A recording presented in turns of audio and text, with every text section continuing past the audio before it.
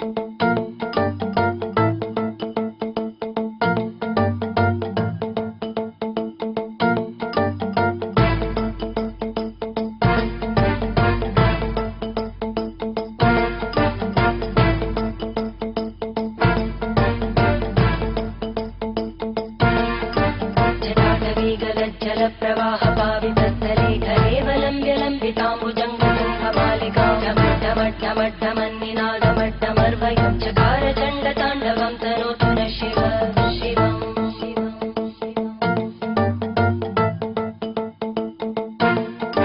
जटाकटाः सम्भ्रमभ्रमन्निलिम्पनिर्जरी लोलवीचि वल्लरी विराजमानबोधगज्ज्वलल्ललाटकट्टभावते किशोरचन्द्रशेखरे रतिप्रदक्षिणम्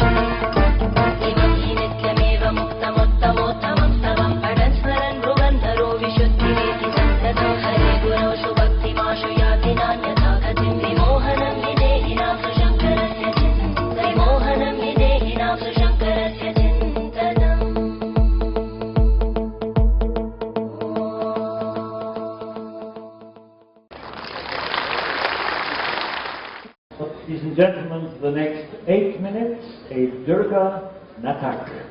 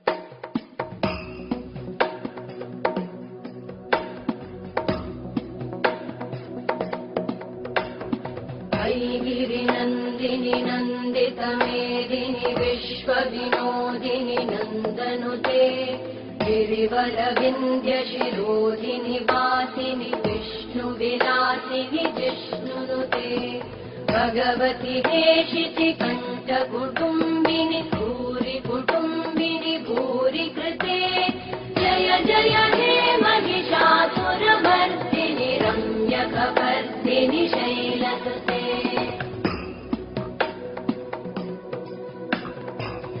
प्रवरवर्षिणि दुर्धरधर्षिणि दुर्मुखमर्षिणि हर्षरते त्रिभुवनपोषिणि शङ्करतोषिणि कल्मषमोषिणि घोषरते तनुजनिरोषिणि दिविसुतरोषिणि दुर्मदशोषिणि सिन्धुसुते जय जय हे महिषासुरमर्दिनि रम्यकपर्दिनि शैलसुते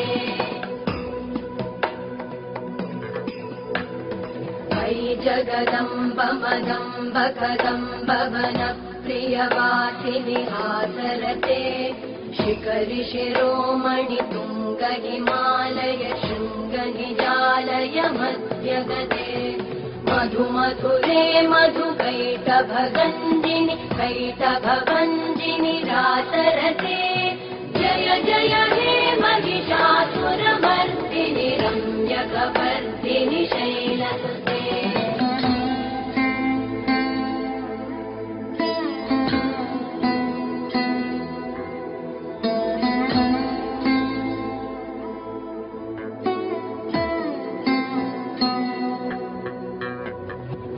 शतखण्ड विखण्डित रुण्ड विकुण्डित शुण्ड गजाधिपते रिपुगज दण्ड विधारण चण्ड पराक्रम शुण्ड मृगाधिपते निज भुज दण्ड निपातित खण्ड विपातित मुण्ड भटाधिपते जय जय हे महिषासुरमर्दिनि रम्यकपर्दिनि शैलसुते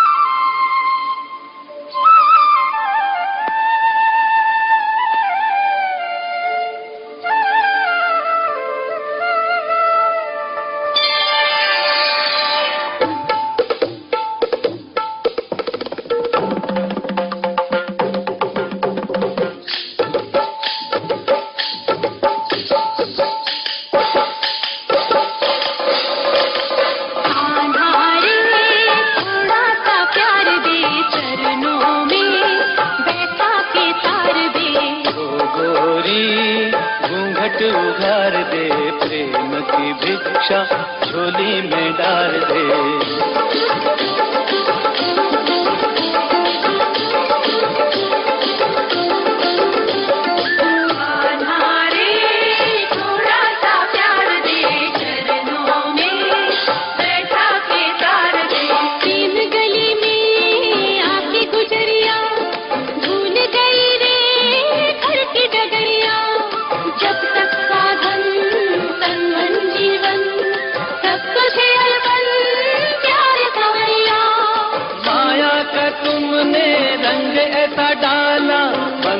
में बंध गया बांधने वाला कौन रमापति कैसा ईश्वर मैं तो हूँ गोकुल का ग्वाला वाला रे थोड़ा सा प्यार दे मालिन का जीवन संवार दे आत्मा परमात्मा के मिलन का मधुमास है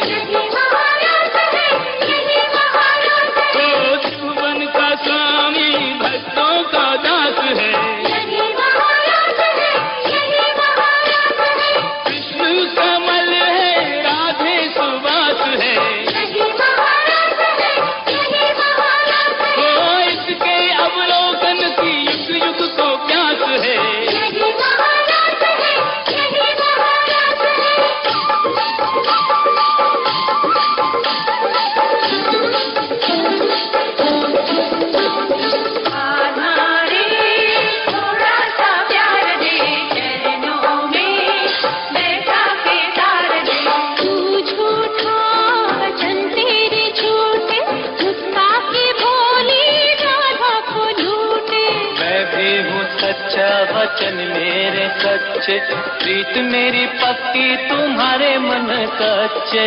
जैसे तू रखे वैसे रहूंगी, दूंगी परीक्षा फिर कहूंगी, स्वर्गों के सुख भी नीचे न लागे, तू मिल जाए तो मोक्ष नहीं मांगे।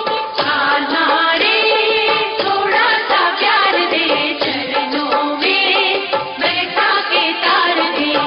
सृष्टि के कण कण में इसका आभास है, यही महाराज है, यही महाराज है, हो तारों में नर्तन फूलों में उल्लास है।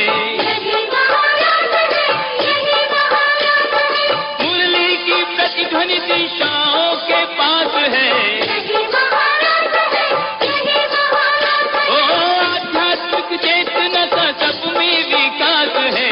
यही महाराज है, यही महाराज है।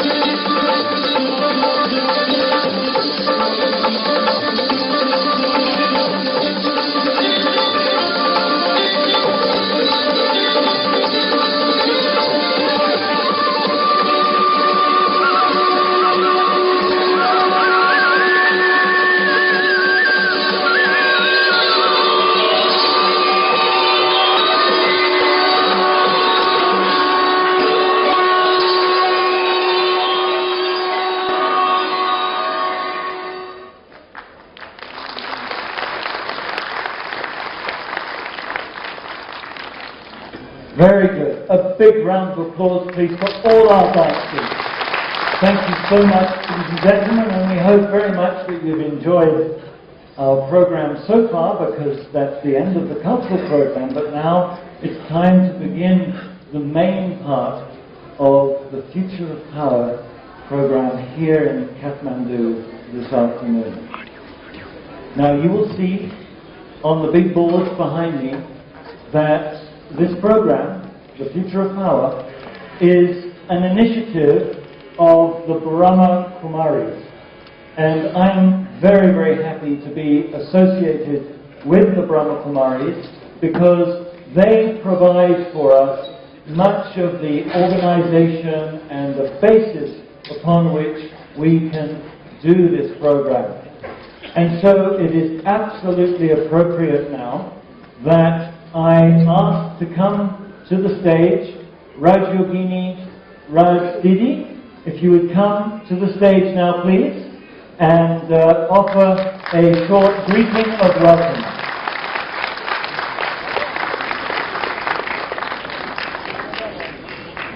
And as she makes her way to the stage, for all of you who have just come a little bit later during the cultural program, I'd like to reintroduce myself. My name is Anthony Felix. I come from Oxford, and it's my great pleasure to be your Master of Ceremonies tonight.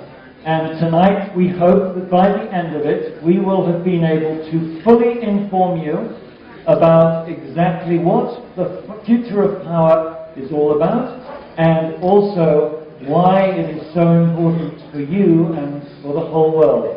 So now, Rajyogini Raj Didi has now arrived on the stage, and I leave you in her capable hands. Please, you're welcome. Thank you. Om Shanti, Om Shanti, Om Shanti. Shanti, Shanti, Shanti.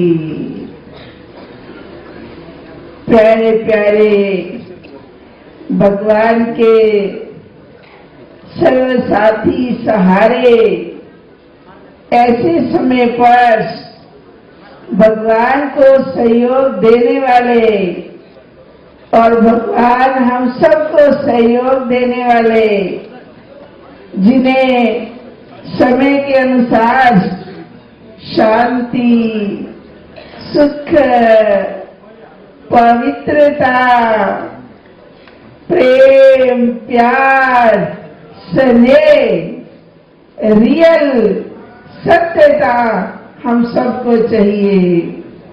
ऐसे समय पर ऐसा programme किस प्रकार बना दिया गया, धीरे धीरे भीतर भगवान के प्रति, अपने भ्राता के आए हुए को प्रति धीरे धीरे भीतर से धन्यवाद निकल रहा है।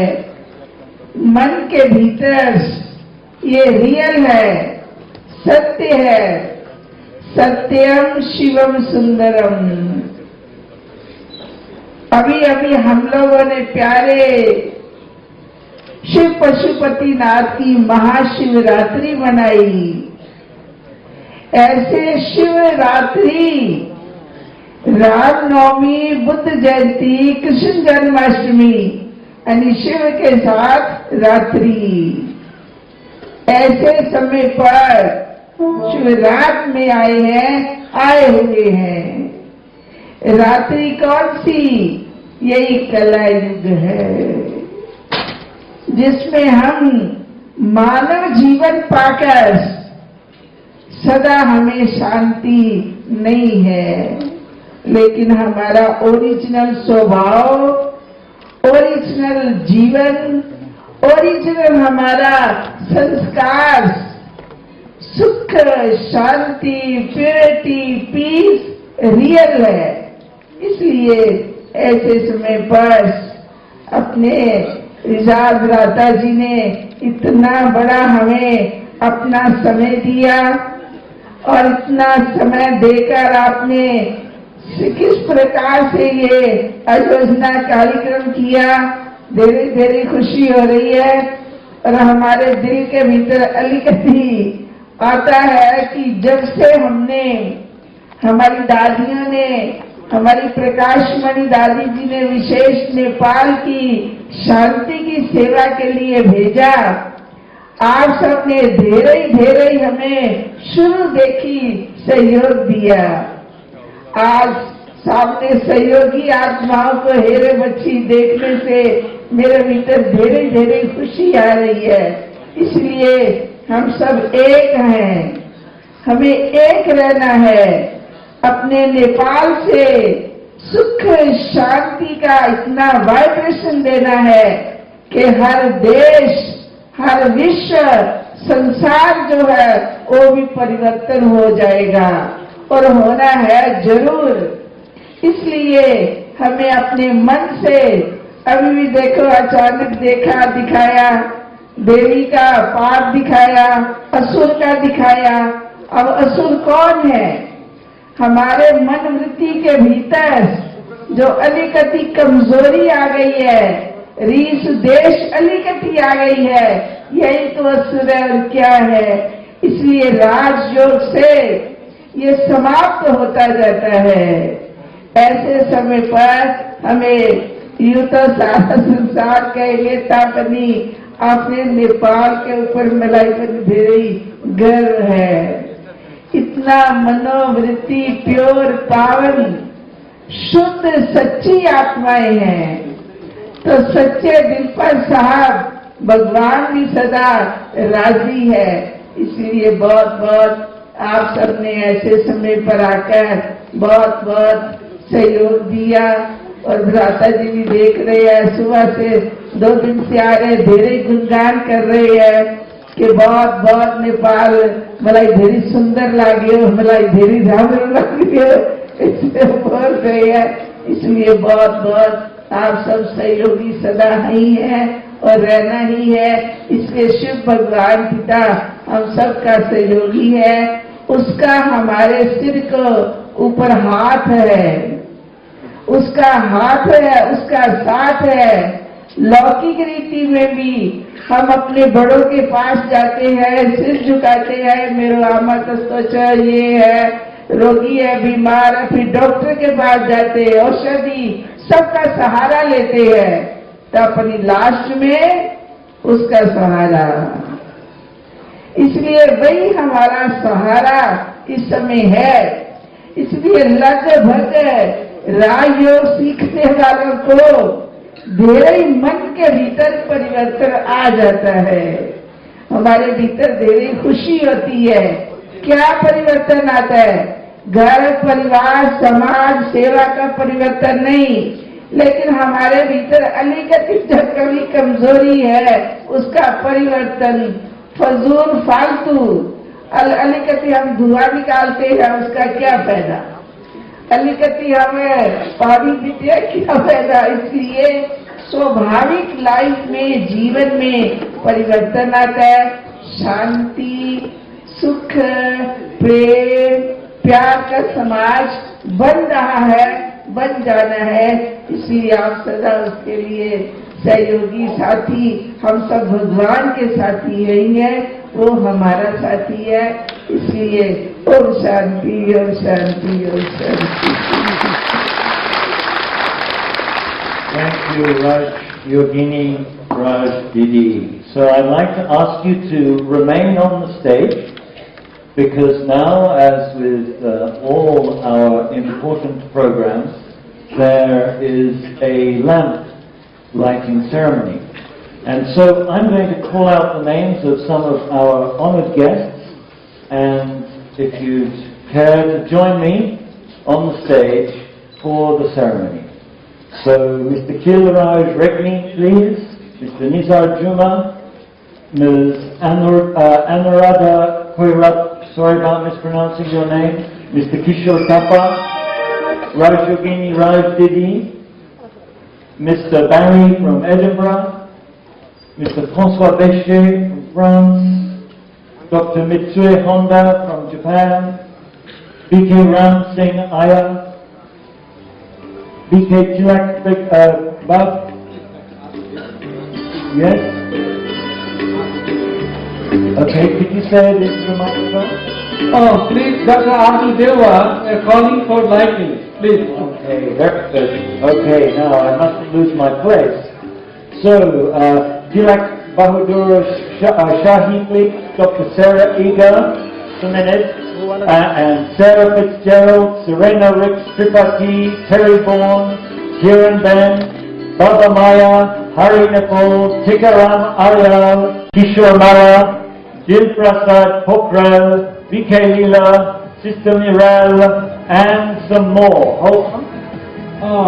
AIC ठाकुरमोहन श्रेष्ठज्यूलाई पनि अगाडि आउन अनुरोध गर्दछु। सिमिलरली दिदी द्वारिका अम्बिका श्रेष्ठज्यूलाई पनि अगाडि आइदिनका लागि अनुरोध गर्दछु लाइटिङका लागि। Ambika श्रेष्ठज्यू। Okay, so yes, and some more. पूर्व प्रधान सेनापति पुष्पकमल कटवालज्यूलाई पनि अगाडि आइदिनका लागि अनुरोध गर्दछु। कृपया। मंगल हो सब मंगल हो, सब प्राणी को मंगल हो। मंगल हो अब मंगल हो, सब प्राणी को मंगल हो। सबका घर आंगन मां, शांति को दीप बनो। सबका घर आंगन मां, शांति को दीप बनो। मंगल हो Okay, that will be all right. सब प्राणी को मंगल हो। Okay. माननीय तथा पूर्व मन्त्री अर्जुन नरसिंह केसीजीलाई पनि कृपया अगाडि आइदिन अनुरोध गर्दछु।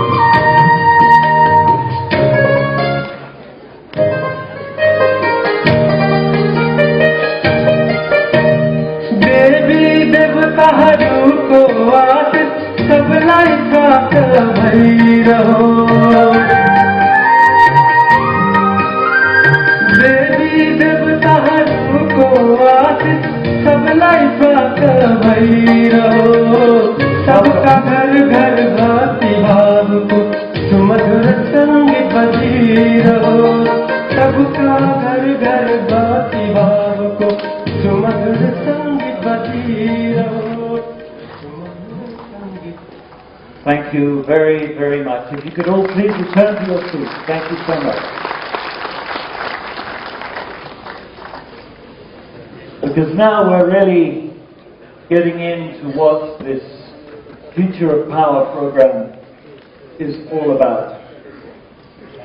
Ladies and gentlemen, it is perhaps becoming clear to you that the future of power is all about how each and every one of us can, in a very practical way, bring spirituality, not religion, but spirituality, into our lives.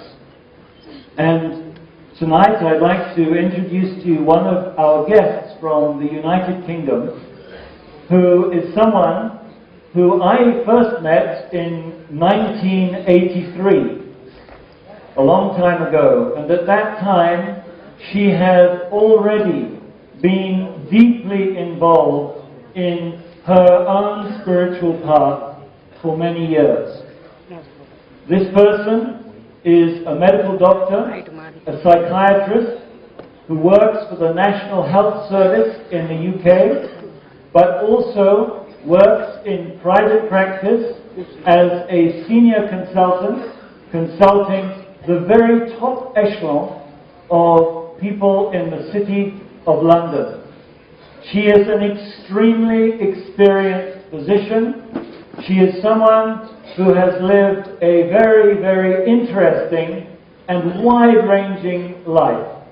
She is someone who has truly brought spirituality into practicality in her life. Ladies and gentlemen, let me introduce to you Dr. Sarah Eager. Good evening, everyone.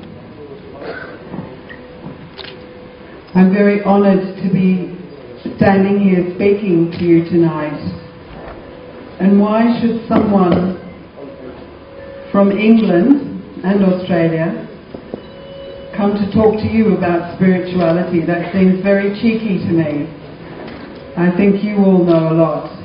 Nepal is a very spiritual place, and even though I've only been here a few days, I can feel that you as a people have a very deep spirituality and a wish to really understand the depth of what we're talking about here today. And as Anthony said, I've been interested in spirituality for a long time, since I was a medical student, and I was always very keen to know who am I and how does this consciousness, this spark of life, this spirit that we are, how does it work? And I can tell you I've done a lot of research into the brain. I've worked a lot with people who have very severe memory problems, who have Alzheimer's disease and dementia and memory problems. So I've looked at many scans, I've cut through the brain and had a look, and I've never been able to see the soul on a scan, or see the soul from cutting up a brain. But I could also see that that understanding of being a spiritual being was the only way to really explain to me how I experienced an integrated experience of seeing and listening and thinking and experiencing all my emotions and thoughts, that didn't happen in the brain, but that happened in I, the soul, which was a spiritual energy. And this very powerful knowledge has really helped me enormously throughout my whole career. Because I'm aware that when I'm with anyone who is suffering, anyone who has an illness, anyone who is dying, anyone who is really sad, maybe someone who even wants to kill themselves, I can look at that person as a soul, and I don't think that they are mad or bad or sad. I think you are my spiritual brother and sister, and so you have this connection of a very pure spiritual energy that links you to someone else. And it's really been the practice of meditation, and I'm sure meditation is something you've heard a lot about, but we will talk about it more tonight. But it's that practice of really being that pure, peaceful soul that helps you in your medical practice and also with your family and your friends. Anyone who you can see needs your help. And that's true compassion. Compassion is to see the suffering of someone else but want to help them out of that suffering. So can you help them out of the suffering if you too are down there? No. You have to really be able to draw that peace and power and love from some source so that you are strong and you have that power. And I think we will see that is the true power. Tonight we will talk about that more. We can see what the external power is, but what is that true internal spiritual power that will help us to really make things much better in this world. So that's just a few of my own thoughts to kick off this evening and to say thank you all very much for welcoming all of us and all my foreign colleagues who are here tonight to be with you. Om Shanti. Thank you so much for those words. So now, ladies and gentlemen, as you all know from your own lives, there are certain things that aren't very nice to do, and there are certain things that are very nice to do. And I'd like to tell you that during this program, this moment, right now, for me, is the most pleasant part of my job. Because right now, I am going to introduce to you the person who had the original inspiration to create the Future of Power program. He's the person that not only thought about the possibilities of this, but he is also the person who has driven it through since 2009. He is the person that has made it possible to travel to now 34 cities. This person is a person who actually comes from Africa. He was born in Uganda, he lives in Kenya, he is, shall I say, a world citizen. He has done business all over the world. He's a busy man. He is the chairman of over 50 countries. He is very involved in charitable work and volunteerism. He is a Muslim by religion. He is part of the Aga Khan Development Foundation. He is really a very, very talented, driven, generous, golden-hearted man. And it is my great pleasure to introduce him to you tonight. So please, ladies and gentlemen, give a very warm round of applause to Mr. Nizar Juma. Where are you? Here we are. Mr. Juma. Thank you.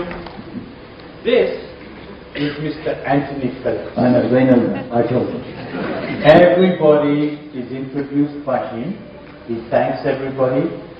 But I have the honor to introduce him. Anthony Phillips comes all the way from Oxford. He has come here to Kathmandu especially for this program at his own cost. So we are delighted that he is here with us. Anthony is an advisor, strategic advisor to large corporations like Nestle. You've all heard of Nestle. He is an advisor to such corporations. So if we had to pay for him, it would be very expensive. So we are very happy that you've come as a volunteer. Okay, please give him a warm. Our chief guest is the Rectory, sorry. And all our other honored guests, ladies and gentlemen. It's my pleasure to be here in front of you in Kathmandu. As Anthony has told you that this is our 34th city and the second city that we have done outside of India. And the first one we did in Melbourne in Australia, and this is the second one. And this is our first step to now go all over the world and do this program everywhere in Japan. Future of power is something very close to my heart. And future of power is something which is very relevant to Nepal, as it is to this region, this subcontinent. Because some of you may not know that until 2,500 years ago, world power was here, in this subcontinent. When it was here, it was benevolent power. We were ruled by benevolent rulers who cared for their country, who cared for their people. And so, it was what we call soft power, because it was power that was not corrosive. When power went from here, it went to many other countries. It went from here, for example, it was China, went to Egypt, went to Spain, went to Rome, went to Greece, went to Great Britain, and finally this power is now in the United States of America. As the power moved, it became corrosive. It became harder and harder. So today, the definition of power is how many bombs and guns and missiles do I have and how much money do I have. This is the definition of power today. And everybody agrees that that is real power. Everything else is just talk. Since 2007, there has been a world recession. We know it. So many countries are suffering under it. Most of Europe is now so much bloated with debt that it is on the brink of bankruptcy. Some countries have already gone bankrupt. Even in America, the ratio between GDP and debt is now 212%. It is not for us to gloat about this. That's not my purpose in telling you. The purpose is that once again, world power is shifting. It's coming back to the east. And it's coming back specifically to the Indian subcontinent. The question is, when it comes here, are we going to rule like the rest of the world with the gun, or are we going to bring soft power back? Nepal, like so many countries in this region, is one of the few countries that has a very strong spiritual background. It has the capabilities of bringing back spirituality and power with spirituality. A lot of people then say that means we'll become submissive, we will become weak, we will become all those things. That's not what we are saying. What we have to do is to bring hard power with soft power. We need to combine it. And that makes smart power. But we have to first of all start that with us individually. How can we bring spirituality in our lives? And by spirituality, I want to separate religion. Religion and spirituality are different. Religion is something I'm born with. I am told yours is the best religion. All the other religions are inferior. That's what we are born with. And that's fine. We have no arguments with that. What we are saying is that religion is dogma. We've all decided. I do my prarthana or my whatever prayers, I do it first thing in the morning. The rest of the day, let me get on with what I want to do. Isn't it? Some of us say we have set aside a one day for that. Holy day. If I'm a Christian, that day is Sunday. If I'm Muslim, it's Friday. If I'm Jewish, it's Saturday. If I belong to Shiva, it's Monday. So I've got that one day when I will do my holy things. The rest of the week, let me continue with what I want to do. Isn't it? Sometimes people also say, all these spiritual and religious things, they are for old people and they are for women. They are not for real macho men. Isn't that so?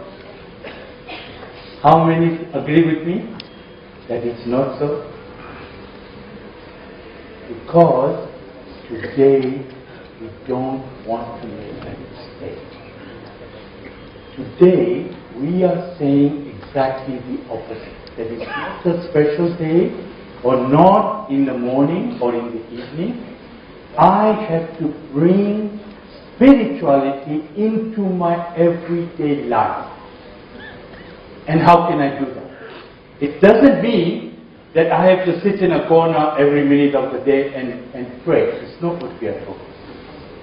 Spirituality means I have to bring back into my life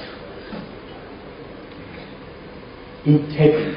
I have to bring good value. I have to bring things which I feel good about.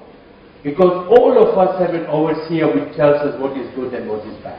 But we overrule that overseer. So what we need to do is to accept that. If I, from today, decide I don't want to be angry, that means I'm becoming spiritual. If I say that I don't want to give sorrow to anyone, that is spirituality. I am bringing spirituality into my life. I want to stop being egoistic. That is spirituality. That's simple, isn't it? Is that complicated? Is it difficult? Is it difficult? I can't hear you. Can we do this? Can we bring spirituality into our life? What we need to do is we need to make spirituality fashionable. Because today people say, look, don't talk too much about spirituality, because people will say, I'm not a serious businessman, or I'm not a serious lawyer, or I'm not a serious professor, or whatever it is. Today we had a diet of about 50 very important people that came together from lots of different professions. And they all talked about how can we bring spirituality in my life. And today you will hear them talk just now when they are going to have a debate and discussion about what they talked about today. All of this is making spirituality passionate. Because we are not afraid to talk about spirituality. 20 years ago, I also was not a spiritual person. I was full of anger. I had a lot of stress. I had all the things which everybody normally has. But 20 years ago I learned to bring spirituality into my life, into my everyday life. Today I do 20 times more things than I did 20 years ago. I wake up at 4 in the morning, whereas before I used to go to bed at 4 in the morning. Because I wake up to my meditation at 4. So there are so many other things that I brought into my life that help me personally. And so I want to share this with you, that if you bring spirituality into your life, it will make your life easier. And it's not as complicated as you imagine to bring spirituality into your life. It's not difficult. We just have to make that decision. Because if you start with you, it will then affect your family. It will affect the people who are under your influence. These are the people that we want to affect. But first, we want to make spirituality fashionable. Is that possible? Yes. Possible? Yes.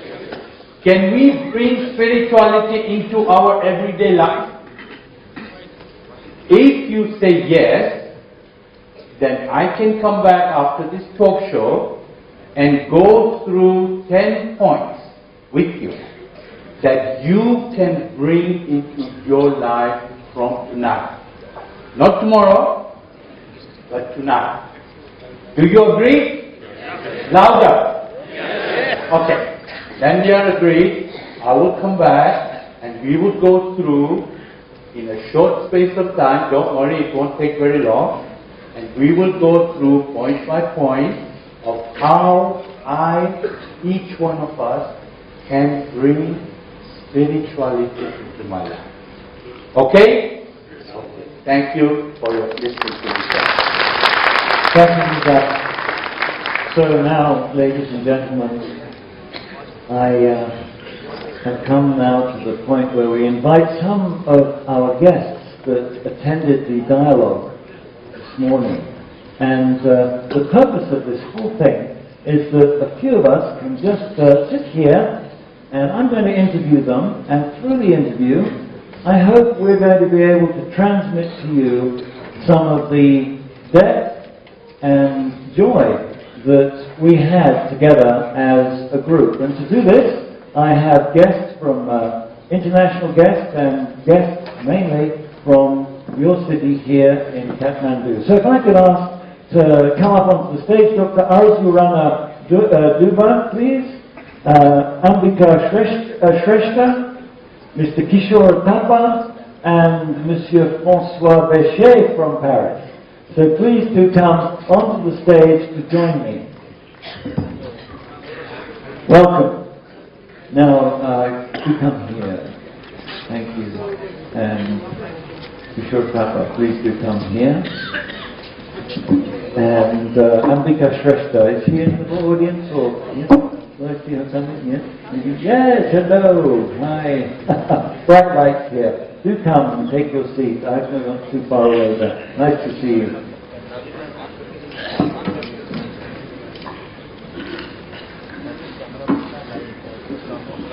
So, welcome to the stage. Thanks very much for agreeing to join us here. And it's going to be a very kind, gentle interview. I'm not going to ask you any embarrassing not to put you on the spot, because our role here tonight is just to help inform these good people just exactly what happened this morning and what the significance of what happened this morning was.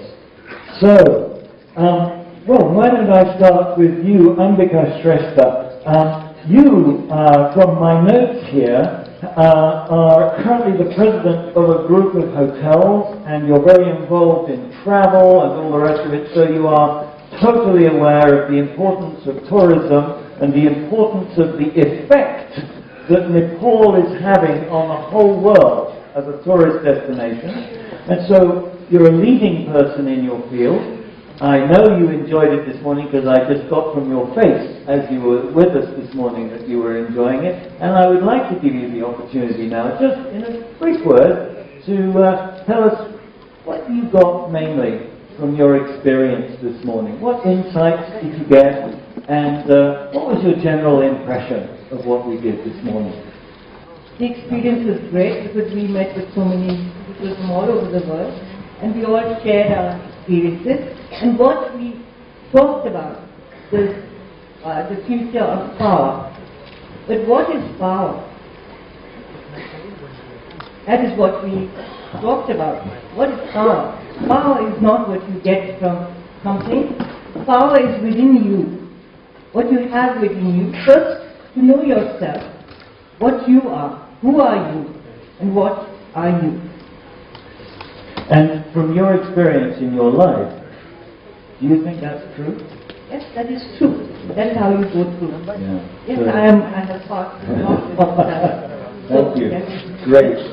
And so now let me turn to Dr. Arzurana Duba, and you are a politician, you are a well-known figure here in Kathmandu and in Nepal. You're an influential figure, you're a social worker, you have been very involved with women's issues, and you were very articulate this morning, and I thank you for your participation. And so now I would like to give you the opportunity, please, just to give your general overall impressions of this morning and what particular insights you took from this morning's events.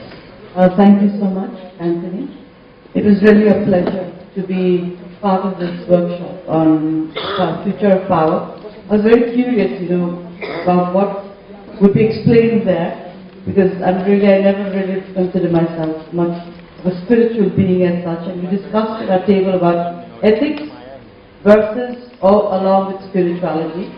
And later on, when you were speaking, Mr. Zuma and Dr. Susan was speaking, there were so many things that was brought to home for us, and I think a lot of us realized we are practicing spirituality without even knowing it, because we all feel more of our physical body, our physical presence than our spiritual one. And one lesson that I will never forget ever now is that it is the soul which has the body and not the body which has the soul. I think that is the crux of what I learned today, and I think it has been a very powerful learning, and it will make me think every day about, I always used to think about mortality, because all of us know one day we are not going to, we can't live forever. But to have this perspective that it is the soul which has the body, I think that has been for me a very big learning today. Thank you very much. That's great. And so now, may I turn to you, Mr. Kishore Thapa, and you are, from your short CV that I have here, you are a very practical man. You've been involved very much in the development of Nepal and the infrastructure, etc. And we were so happy to have you with us this morning. And as a practical man, as a person who deals in material, of course we were talking about non-material things, could you just share with us your overall impressions and your insights from this morning? Thank you very much. Actually, the workshop this morning turned my perception of myself. Living before joining the workshop, just before entering the hall, I thought that I am a body with a soul. But after 2 hours, I realized that I am not the body with a soul, but I am basically a soul. As an engineer, I deal with all material things. I design buildings, I design infrastructure. All these things I try to now, I feel that even a building needs a soul. Without a soul, the building cannot survive. It cannot be operational. So, I got very deep insight on myself, as well as the distinction between spirituality and religion, as well as the distinction between spirituality and ethics. As an engineer, I always talk about professional ethics. We talk about that. We talk about professional integrity, which is eroding in our society, in our country. And when a participant talked about this issue, I think you responded that it is because people forgot who am I. People were talking about who are others, what others are doing, but forgot to think about oneself, who am I, what I am doing, and what is the purpose of my life. So these are the insights I got from those. That's great. Now, did you really listen to that? Because these are amazing ideas that have been shared. this very, you see the difference between I have a body and I am a soul versus I am a body and I have a soul? You see the difference? It's a little word play, but it's not a word play. Every one of these three last speakers, just because we've been talking to each other, have been thinking about it deeply and beginning to experience it. And I think this morning also we had a bit of an experience of meditation, and I hope that this evening we can all have a group experience of exactly what you're talking about. Because I don't know whether, when I was in school, when I was young, they used to let us play with mercury, but I think you aren't allowed to play with mercury now. But you know, you all know that it's impossible to pick up mercury. You have to hold it gently. And this consciousness of I am the soul is something that we have to hold gently. And it takes practice. And so now I'd like to turn to Monsieur François Béchet, who is actually an old friend of mine, from Paris. You have been very much involved with engineering, with electricity, with telecoms, and so you are also a very practical man, but you're also a very well-travelled man. I know you have been pretty well everywhere on the planet, and you have, in your many years of travelling and discovery, you have been very much involved in your own spiritual quest. So now, François, I'd like to just let you just share some of your insights from this morning's experience. Good evening, namaste. I just want to share one thing. As being involved in very much with Trans Telecom, when I saw the wiring in the street of Kathmandu, I was fascinated. I say, if you are able to, I have a lot to learn. If you are able to work with this wiring, or you have to be a genius, or you have to be very spiritual, or maybe you need a lot of intuition power. Because it's, for me, it's magic what I saw. This morning, as it was introduced, the power, as you say, I could see really like it's like a flow of energy. He was talking about soft power and hard power, like what we say, where the attention goes, the energy flows. And like this powerful energy was going for the very gentle, soft, and very hard state. And of course we define that soft energy is spiritual energy. And then we had to go deeper. What means spirituality? We have to define it. What does it mean? And we are going around a little bit. And of course spirituality is something which is, we all have it deep in us. It's probably because it's so close to us we don't see it. And I mean, spiritual energy, it's a matter of awakening. It's awareness. I think if we're not aware, we don't see our spirituality. It basically, when we move from soft energy to hard energy, we just fall asleep. And now I think to realize our spirituality, we have to wake up. We have to, or we can say, we have to change consciousness. And that's a total new paradigm shift. It's not something we are used to doing, because we are working with, as you say, very concrete things. And suddenly we have to become subtle. I think the trick now is how to become subtle.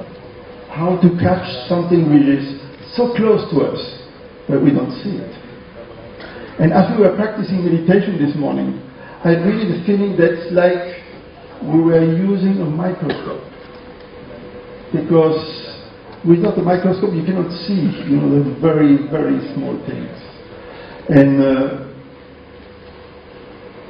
to see your spirituality, we don't need a microscope. I think we need science.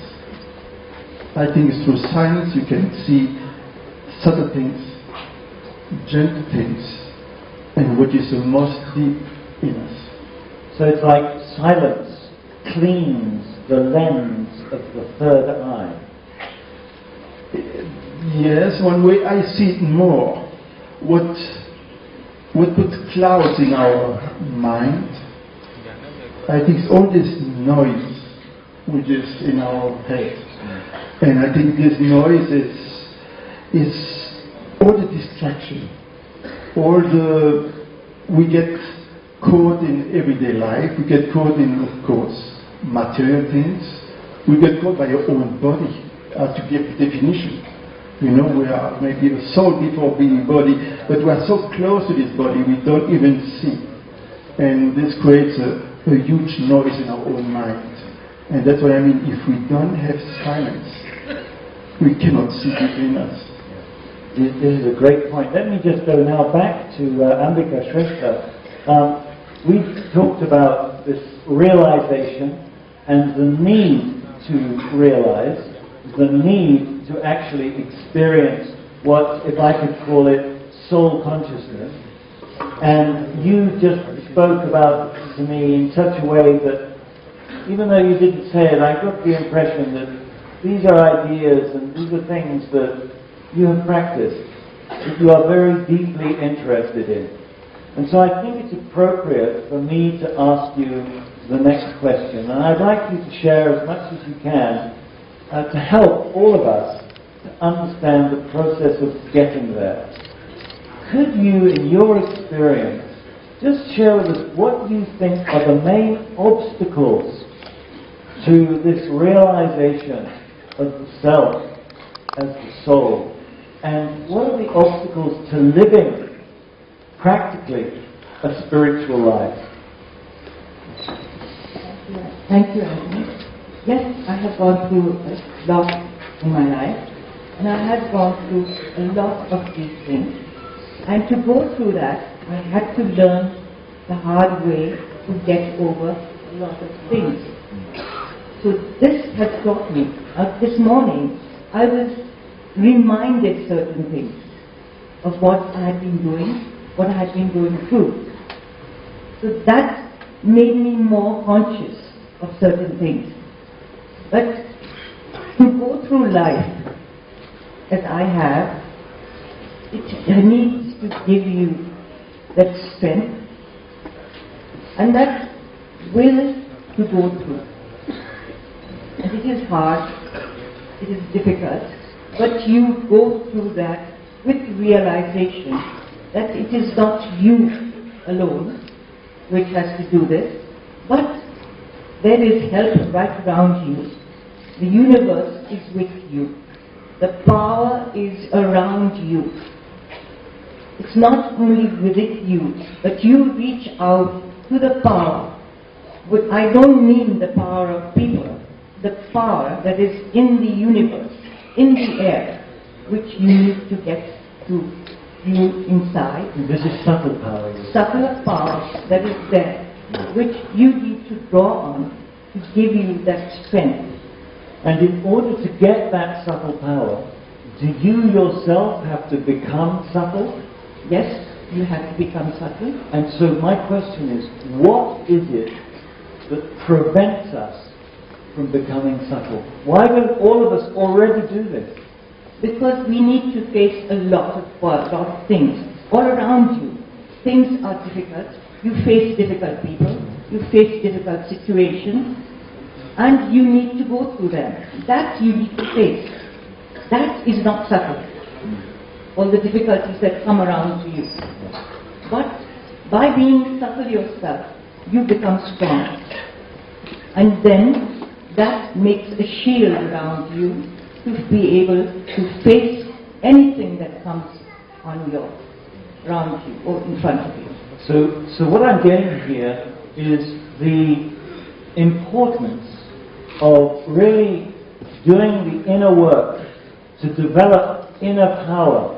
And it's no point trying to move and shake and work out the world if you haven't done the inner work. And one of the problems is that we try to fix everything and we haven't done the inner work, and so we just get bounced around and find ourselves either doing things that aren't quite honest or aren't quite right, or we fail or we get depressed.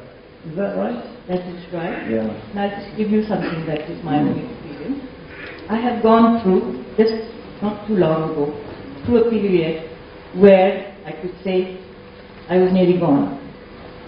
But I came through, and that I came through with that calmness and that with that inner strength or power, or what you call it, leaving the thing to the universe and not getting worried, not getting upset, not keeping your mind all upset about things that are happening to you. That gave me that strength and that power to go through and come out. So you use the word not getting upset, not getting worried, not having the wrong things in your mind.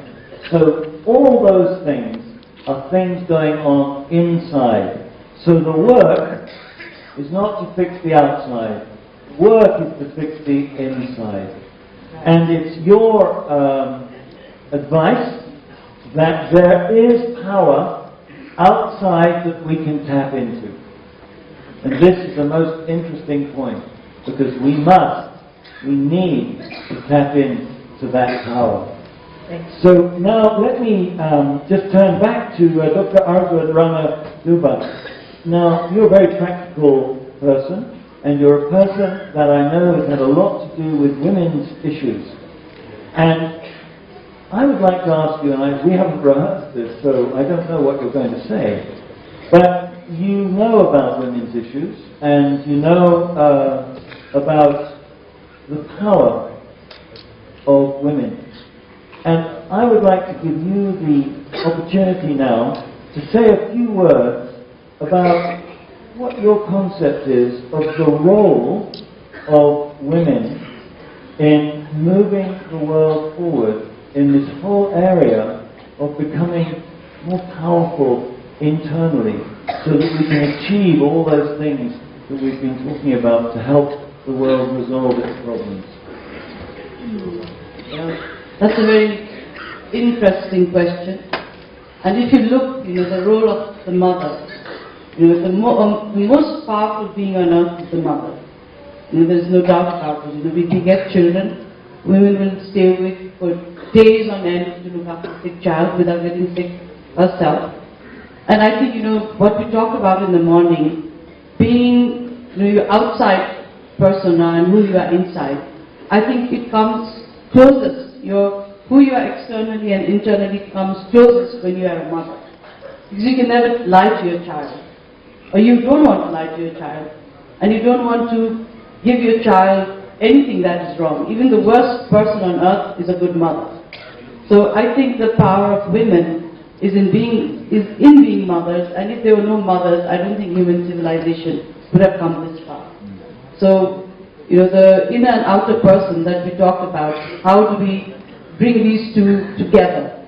I think the closest time when any human being comes together as a holistic person is when you are a mother, and that is very powerful. But unfortunately, like most material things in the world, and what Mr. Zuma said, that power is not equated with real power. We are looking at very materialistic aspects of power, and we don't think the power of women is important. But if the power of women did not sustain in this world, there would be nobody. I think human civilization would have died out a long time ago if there were no mothers. So that's one. The other is, the realization. We talked a lot about ego. And we talked about I am and I am. And I think the mother is who I am, and not I am. Because if mothers, brought out their egos at every drop of a hat, then she would never be able to nurture a child. And we talked about nurture and power, where the whole world was a better place. And I hope, we go back to being that mother. For women, it's easier to practice, because, once a child is born, then your whole concept about everything changes. And that's what happened to me. I was a mother very late in my life, at the grand old age of 33. which in Nepal is over the hill. But when I became a mother, I think my whole perspective about life, about creativity, about everything changed. I learned to put somebody else before me, and that was a very big learning in my life. So the power of women is the power of the mother, and we must never undermine that. And of course, there are, yes, please clap, because you know, when we say the power of the mother, we automatically all understand some extremely deep and powerful spiritual qualities. Earlier this morning, there was a mother in the room with her daughter, and she wrote a letter to that daughter, and she talked about the most important energy on the planet. Do you remember what she said? Love, love, and love. And of course, being the mother, you are the master of unconditional love. And with that comes the power to tolerate everything, the power to visualize, the power to just nurture, the power to create. It's a beautiful, beautiful spiritual energy. And if I could just, you're a powerful woman, you're a politician. Could you share with us how you are going to use your spiritual energy to help Nepal? Well, now this is a tough question. Well, that's very difficult, and in Nepal it's more difficult because women's power, from the perspective of politics, has never had a good image in Nepal. And I guess in a lot of other countries too, unless you're Queen Victoria. So it's very difficult to be a woman in politics, and especially for somebody like me, because my husband is a very powerful politician, so I'm just seen as a satellite. And it's difficult for me to be a satellite to anything, because I've never been a satellite, but that's how people like to look at me. And for me, being married to a politician was a minefield. I came from a very, closed, small nuclear family where we were taught to be nice to each other, but you enter politics and everybody is your enemy and you don't even know who they are. So it was very difficult for me, and my fear was that I would turn into a very bitter, reactive kind of a person. So I had to really, teach myself to let go.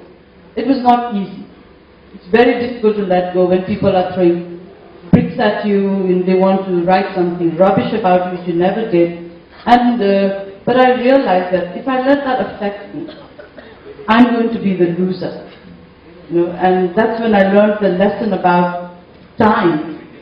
Because time goes on, it doesn't stop for anybody. And the biggest lesson in my life is not even Bill Gates can buy back today morning. And who am I? So I better make good use of time, and I better let go of many things, of the negativities. So I can focus on negativities 24/7. But what's that going to do for me? So if I can tell people, teach women also, to focus on the positive aspects. Because life is going to serve you everything. You're not only going to get bouquets, you're also going to get brickbats. But it depends on how you accept or allow those things to affect you. And that has been for me, I think, one of the biggest lessons of being a public person. I will get bouquets, but I will also get brickbats. Yeah. And that's what I think as women we have to learn. Because if we want to get into power, to do good, and my point of reference is always as a mother. What I want for my child, I think every woman in Nepal should have for her child as well. Because we're all equal citizens, not only in Nepal but all over the world. So that's what I think women in politics would like to make a difference. Not only for my child, but for everybody's child. And that's what I would like to do. Very well said. And what we were talking about, there's this theme going ahead, whether you get bouquets or brickbats, this power to let go. It's all going on in your head. What's going on outside is what's going on outside. What affects you is inside your head. And this is subtle work that we need to do. We need to clean and strengthen the inner self. And so now, if I could just turn to you finally, Kishore Thapa, you strike me as an extremely articulate, well-educated, clear-headed, practical person. You have had this experience this morning, I think quite a good one, quite a deep one. I would like to ask you directly whether you can articulate for us now how you personally can consider bringing spirituality into your practical life from this day forward. Very good question. Actually, I have read many literatures in the past, and I believe that there are 4 dimensions of my life. Those are physical, social, mental, and spiritual. And these 4 dimensions have to be well balanced. You may be a very good, handsome person with a 6 feet tall, very strong person, but if you are arrogant, cannot deal with people, you are useless. You may have degrees, master's degree or PhD degree, but if you are very weak and unsocial, your life will be useless. So I feel that all the 4 dimensions are very, very important, but many people falter on these spiritual dimensions. Many people think that spirituality and religion are the same, it is the same. People mixed up with these 2 things. But with today's lesson in the workshop, I am very clear on these religion and spirituality, and I believe that the realization of myself will lead me to formulate very clear objectives of my life, very clear objectives of what I do, the projects I design, the programs, the public programs I design. With these clear objectives, I can lead my followers, I can lead my family, my community, and my nation to realize those objectives. That is what I feel. That's fantastic. This is such an important point, that all the work goes on inside, and once you just realize one thing, who I really am. And as we talked this morning, this word, realization, is real-I-zation. So realize I. Critical. And so now finally to Monsieur Béchier, could I just ask you to just share with us your thinking around really exactly what this whole spiritual perspective, what this whole spiritual process can do for anyone that practices it? What can they expect out of it? I just was reading the Future of Power because we are discussing power. For me the question was, have we lost power or have we given away power? I think we have given away. There was a question, I think this morning we were saying some people have the power, and when you have the power, it seems that people give you even more power. And I had this, remember, we had a talk one day with friends. They say, how come this football player have first, they make so much money, they are superstars, they're in all magazines, and all they do, they just shoot in the ball. How come they have so much power? So the question was, who gives them the power? We give them the power because we go to the stadiums and we watch the TV. If we would not be there, there would be just simple players. I think it's the same for us. So long, because we are talking this morning about self-sovereignty, to become self-confident, getting power. I think when we become, or we get back what we lost, or maybe what we have given away, I think when we get back what should be simple, our power, our self-sovereignty, I think you start shining. And your friends, people, they will give you the power. I think it's quite magic. And on the technical way, I would say, or you are a sun, which never fades, keeps shining, giving energy, or you become a black hole. You know a black hole, you know what it is? It's just sucking energy, non-stop. You know, and I think we became, as we became hard, we became black holes. It was sucking energy, and there is never enough. Because we are looking deeply, as we were talking about subtly, we are looking deeply of something which is deeply missing in us. That power. And if you don't have it, of course you choose something different, which is, what is the power today, you say, for America?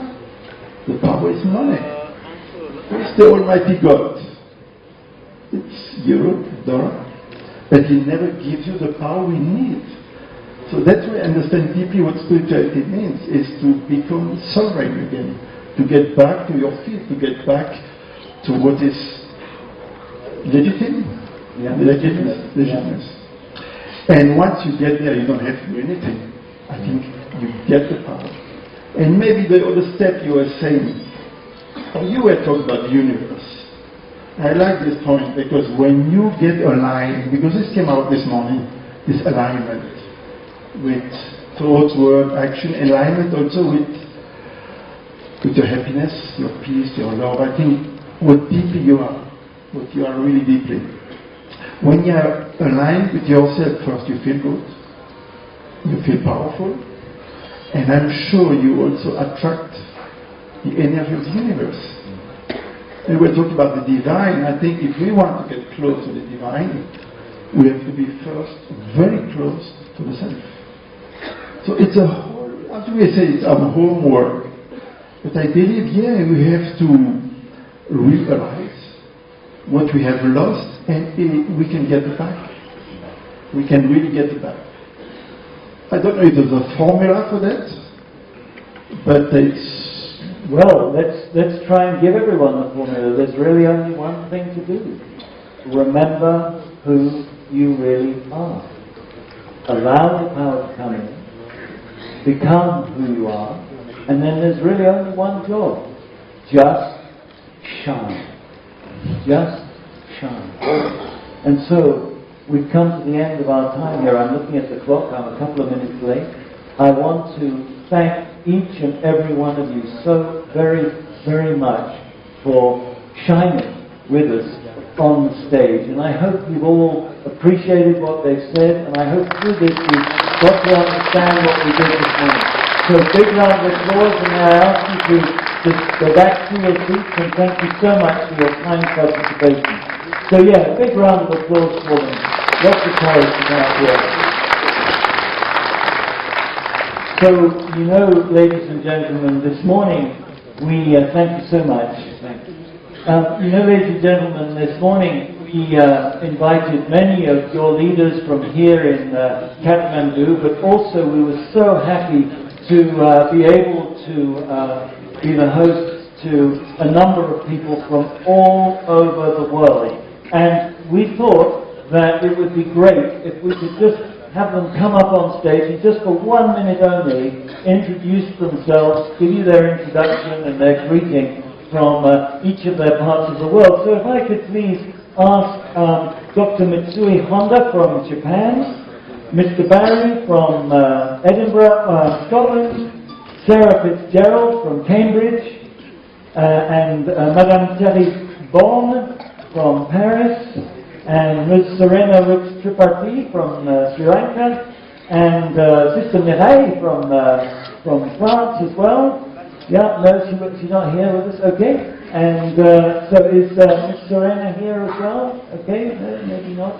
Okay, so now, where did all the microphones go? The magical microphone. Okay. So let's start with you. You have 1 minute. My name is Mizu Enida. I came from Tokyo, Japan. And my job is a medical doctor, heart specialist, cardiologist. And I'm very happy to be here. And this morning, one person came to me, and he was working in JICA. And he said, every year, 100 people go to Japan to learn something. And I thought, as a heart specialist, we have to come to Nepal, 100,000 people every year, every Japanese every year to learn your heart, warm heart, and the power to smile. Thank you very much. Beautiful thought. Barry from Scotland. Good evening, everyone, and thank you. I'm very happy to be here. It's a very great privilege to support this initiative of the Power, Future of Power. My background is, first of all, in the military. I spent 12 years as an engineer and as a teacher. And thereafter, after my military career finished, I had very good training, in a traditional sense, in management. And that way was to achieve results, as many of you will know if you're in that field. And I was very successful. But what I realized, and eventually began to have an effect on me, was that I made a lot of people very unhappy. And also, it made my family very unhappy. And eventually I became sick. And then my wife said to me, something has to change. And I heard about meditation through the Brahma Kumaris, quite by accident. And it made me look again at my approach to how I was dealing with those people and what I thought was success. And it had to start with me. And this was a point of self-realization, that integrity, my honesty, my trust, and my respect to those people I was dealing with was paramount. And when I began to do that, they began to respond, should I say. They began to respond. And we began to achieve even better results. And my family was happier, and my health improved. So I fully support this great initiative, and thank you. Thank you. And so now, Mr. Sarah from Cambridge. Hello, it's absolutely wonderful to be here with you all today. I've been here for 1 week in Nepal, and I feel like very familiar here. I'm new on this journey of spirituality, and I'm just growing in confidence how to trust that inner soft power. My background is in interior design. I always wanted to help improve an environment, but when I discovered spirituality, I realized it's not in the physical.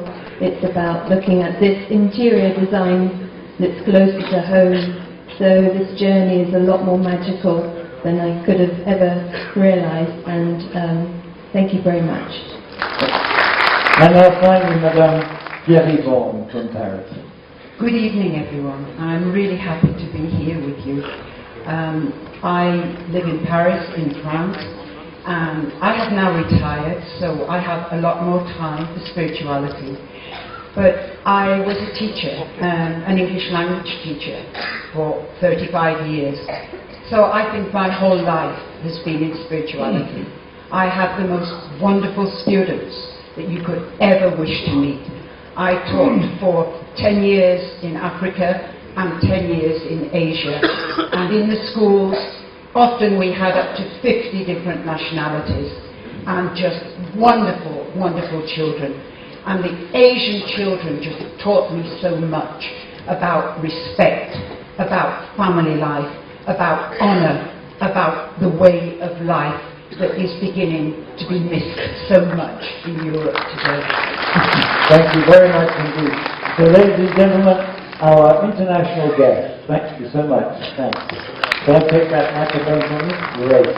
Okay, so now, Mr. Juma, if you remember, he warned you that he was going to give you 10 practical points to bring spirituality into your life. And so now the time has come.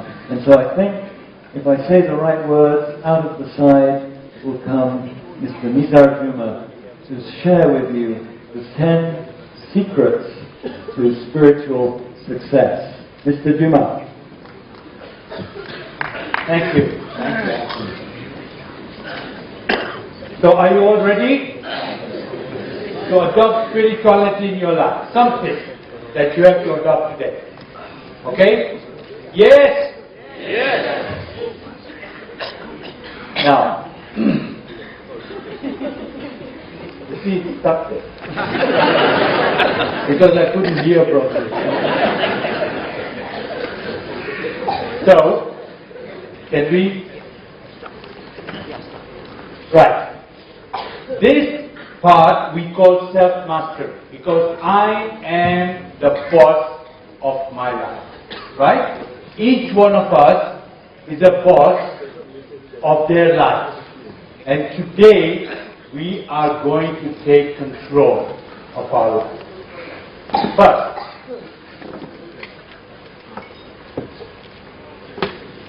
next.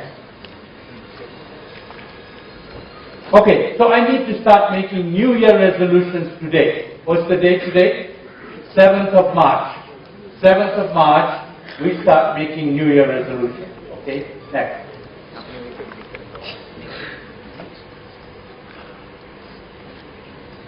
Before we start on that, I just want to tell you about 3 important but true things that we need to know about in our life. First,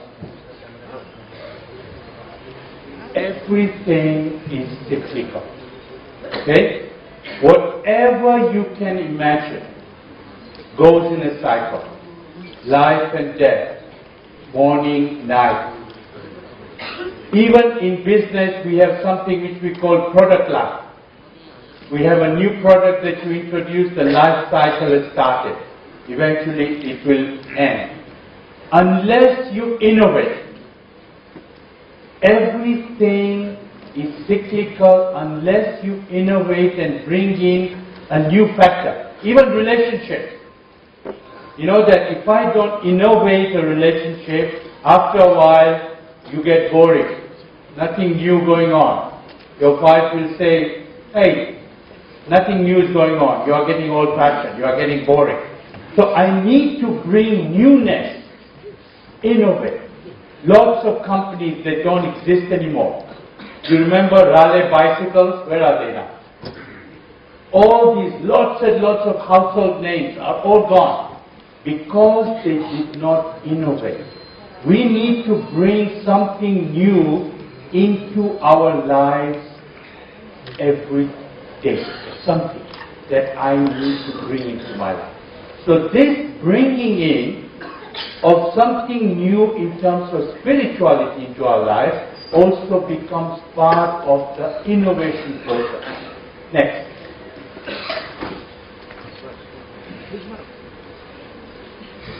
Everything is logical. There is no magic out there.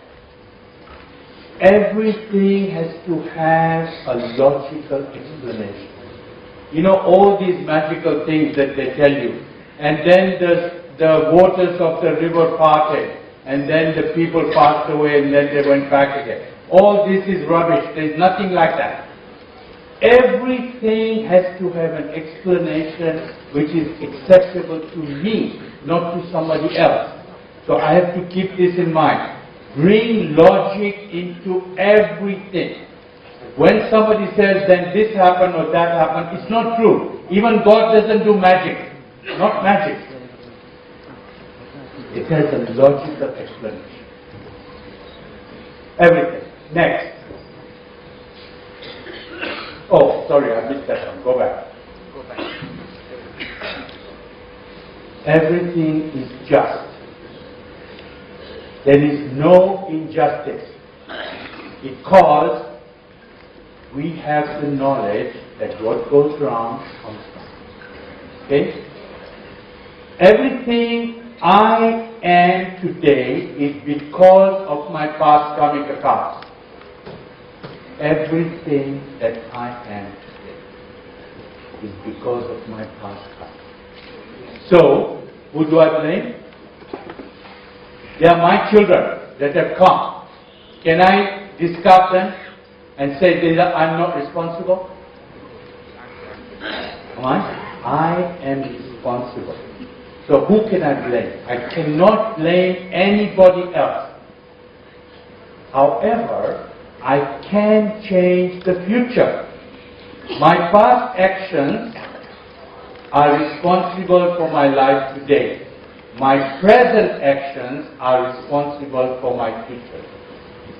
So that is against logic. I therefore have to make sure that I don't create negative karma. Okay? We'll come back to karma in a minute. But that is something I do not have the power or should not blame anybody else for what my life is. Nobody else is responsible. Only me. We also blame God for this. God, why did you do this to me? But it's not God who is doing it. I am doing it. I've done it for my past account. Can't blame him either. Okay, then we come to the 10 points. Let's start with the first one. The action plan. I have to control my thinking. Everything starts with my thoughts. I need to think about it. Thoughts also have grades. The right at the bottom are vicious thoughts. Vicious is something really negative. I'm going to do this, that, so on. So many bad things. Those are vicious. Most of us don't have vicious thoughts anymore. The next one up is negative thoughts. Negative is something we are very good at. Human beings love it. Somebody tells you this has happened, then you say, that's happened, now this will happen, now that's going to happen. Oh my God, that will happen. And then you're depressed. But only here. This is not reality. 99% of what you think in a negative way actually does not happen. But I've already made it happen in my head. And I've become depressed as a result. And then I'm wondering, why am I depressed? I need to go back to my thinking and say, which thought was negative in my head that made me depressed? Negative thoughts are useless, don't make any sense. Next after that is waste. Waste thoughts have no sense. Again, somebody said, phone you up. You know what so and so was saying about you? Okay, and this is waste starting. I make this bigger and bigger and bigger and bigger. That person may have said or may not have said. What difference does it make to you? But you make it bigger by the minute. You burn more and more. Make these little things into a huge mountain. It's waste. Next is neutral. Very little of either of these three are happening in your mind. You are at peace. Next is positive. So I need to control my thoughts. We call it traffic control. It is the control of the traffic of the thoughts that are going through your mind. This is doing the maximum damage in your life, and you don't know it. You allow anything that comes your way and you absorb it, and you think about it, and you make it worse and worse. Control the traffic. Every now and again you got to stop and decide, what am I doing? Is it vicious? Is it negative? Is it waste? Is it neutral? Is it positive? And change it. Change whatever you are doing. Next. Stop anger. You know, you say that anger, when I'm angry and I thump tables, then people are afraid of me, and that's good. Isn't that what we said? It's good. No action that you do in anger is ever positive. No action. The only one that is burning when you're angry is you. Nobody else cares. They are saying the dog is barking at them when they listen to you. Say, don't think of this in a positive way. It's always negative. The second result of being angry is the number of thoughts in your mind are increasing when you get angry. When we are sitting normally like this, the number of thoughts in your head are between 10 and 15 a minute. When you get angry, they go up to 30, 40, 50. The more the number of thoughts, the less is your intellect working. You remember when you are really angry, you cannot be dissuaded. You know you are right. Everybody else is telling you that's not right. You remember that you forget the vocabulary. It goes. You start swearing. Do you remember? Because the intellect is not there. So, if you are afraid, if you are in stress, if you are angry, or if you are drunk, it's the same result. You know you are right, nobody can change you, the number of thoughts have gone up to 40, 50, 70, intellect is gone out of the window. Okay? Many companies decide that their chief executives, when they are going for important meetings, they don't drive themselves because of the stress. When they are in stress, the intellect is not functioning. They are going to important meetings, they are not fully charged. The less the number of thoughts, the opposite is also true. The less the number of thoughts, the more powerful is it. Just hold that thought. The less the number of thoughts, the more powerful is your intellect. Okay? Next. Meditate. There are few things in life that you can do by yourself all your life. Some people say bridge. If you play bridge, you know the card game bridge? If you play bridge, it requires your intellect. You can do it all your life. Some say golf. Meditation is one such thing. You can do this all your life.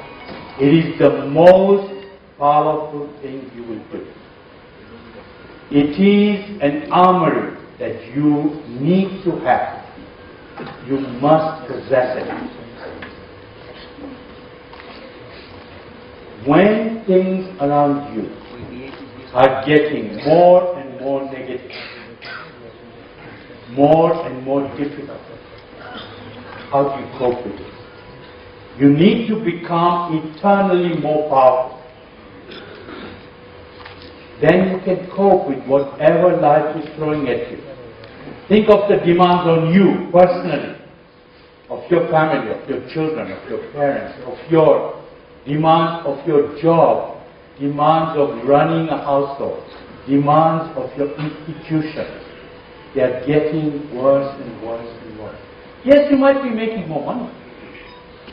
But is that giving you personal satisfaction? Is that giving you peace? Is that giving you harmony? I need to be more internally powerful. This is a way in which you become. It's not complicated. Don't let people tell you meditation is complicated. It's not. It is very, very simple. We've already started the first lesson on this.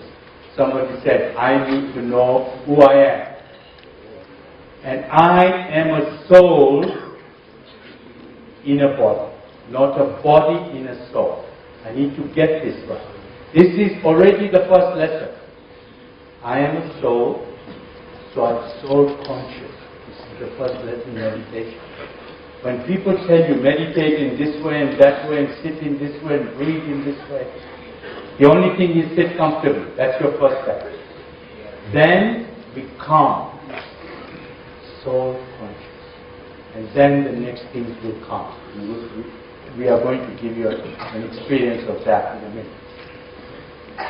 So meditation is the inner power. Sometimes people come and say, I don't have time. Right? You don't have time. If you get up at 6:30 in the morning, get up at 6. You got half an hour? Time? Create it. You can create it. If you want it. Or, last thing at that. Once you learn how to meditate, you can meditate any time of day and night. You don't need a special place. You don't need to go to a temple or a church or anywhere else. You can do it anywhere you want, all the time. God does not have a time. He doesn't have a diary. You don't have to book it. He is available 24 hours a day. So you can meditate 24 hours. Okay? Give me some more excuses so I can tell you how to overcome it. But please, doctors, it's the most powerful thing you will ever do. Okay? Next.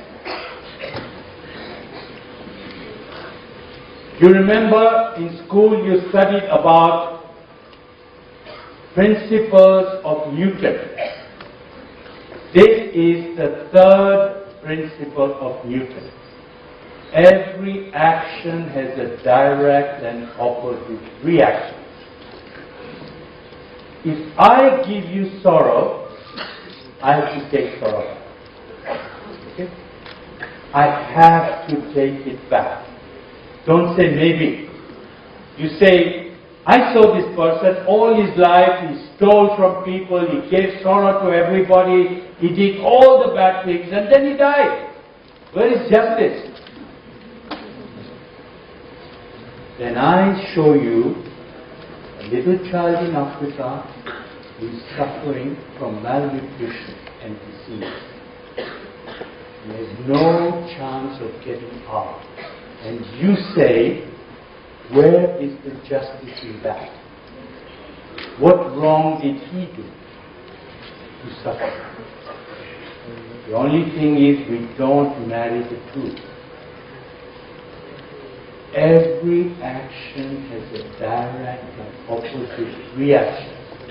It can happen to you in this life, next life, 5 lives later. That's why we talked earlier. Everything that comes back to you is the result of your past karma.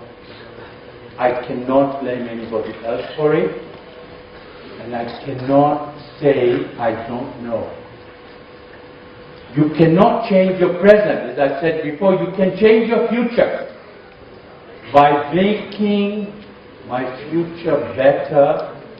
One of the things I have to stop doing is to be sorry. Then I say, well, if I get too much sorrow, I can always go to God. I'll go to God. I say to God, God, please forgive me. And God will forgive. Isn't it? He cannot do it. Why? You have 2 children.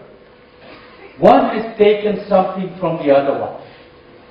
And then comes to you as the father or mother and says, I took something from him, but please say it's okay. Forgive me, it's okay. If you say yes, the other one will come to you and say, what kind of father or mother are you? What kind of justice did you do? God has the same problem. He is your father. he cannot forgive one against the other. It's not possible. He would be unjust. And God is not unjust. You have to go to that person to whom you took things away, say, sorry, I was out of line, here is the thing back with interest. It's the only way in which you can be forgiven. If not, you have to go through this process. And you have to pay back, but with interest. And when the payment will come, we don't know. I'm sorry if I'm being a little bit harsh, but we need to face facts.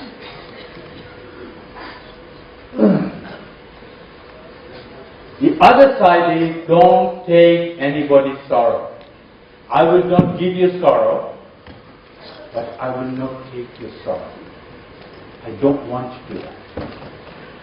Okay, because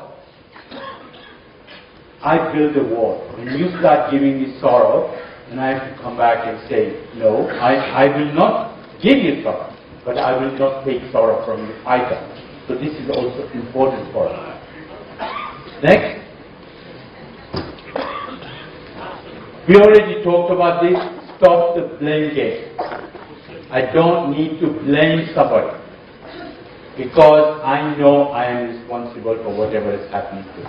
And this is a very major thing that I have to adopt in my life. Don't blame anybody for what's happening to you in your life. It's not their fault. It's yours, and you have to adopt it. As soon as you change this state of mind, that I am not blaming anybody, including God, then we are thinking in the right way and becoming self-conscious of what I'm going to do. Next.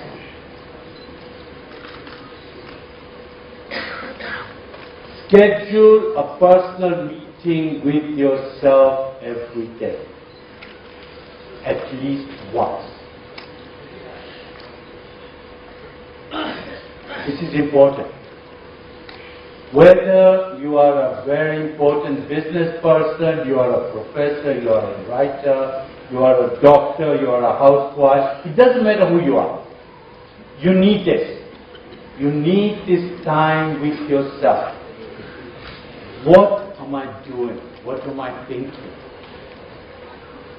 What am I doing that is negative? What am I thinking that's negative? What is it? Am I hurting someone? What are my karma?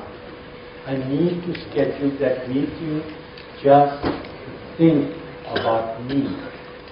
Me being me, the soul. I need to think about it. Must schedule that meeting. Start that today. This is also another practical thing. If you are doing whatever kind of work you are doing, you cannot focus for more than 1.5 to 2 hours tops. You cannot focus more than that. So every 90 to 120 minutes, maximum 2 hours, you need to stop and you need to take a break. Even if it's 2 minutes, drink a glass of water, go and take a walk in the garden, do something. But stop. And then you can come back and resume, refresh. You will find a great deal of difference in your achievement after that. Next. Do something selfless every day. One thing, selfless, for no reason. Not because you gain something, not because somebody says thank you very nicely, not for any reason. Once a day, you need to think, say, I did something selfless for you. Not to publicize, not to tell people a story at parties and say, do you know what I did for that one? Not for that. Just for you, for no reason at all. You need to do something selfless. Is that possible? Is it difficult? Anything selfless. One little thing. Can be little, major, doesn't matter. One thing. You will feel great about yourself. You will have a great day. Okay? That is the important part of your life. The second little tip.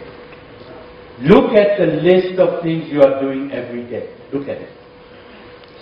There will be 20 things on that list or 10 things on it. There will be 8 things you can manage.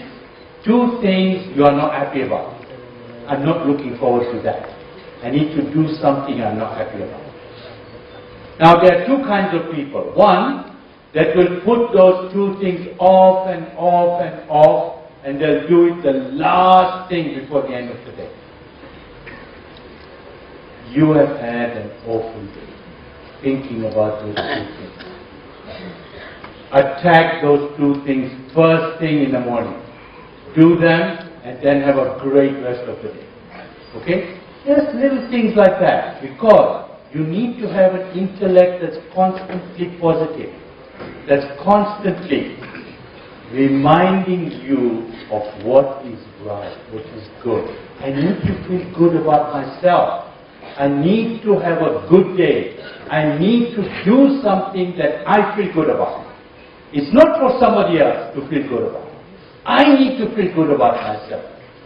And that means you need to look forward to going to your office every morning because I feel good. You need to look forward to coming to your home every day because you are doing things which are right for your family.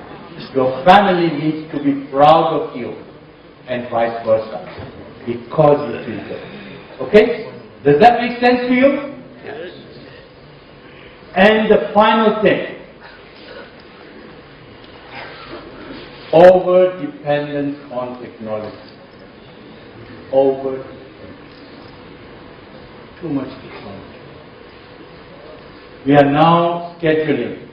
My grandchildren at 1.5 and 2 years old have to be limited to how much iPad they can use every day.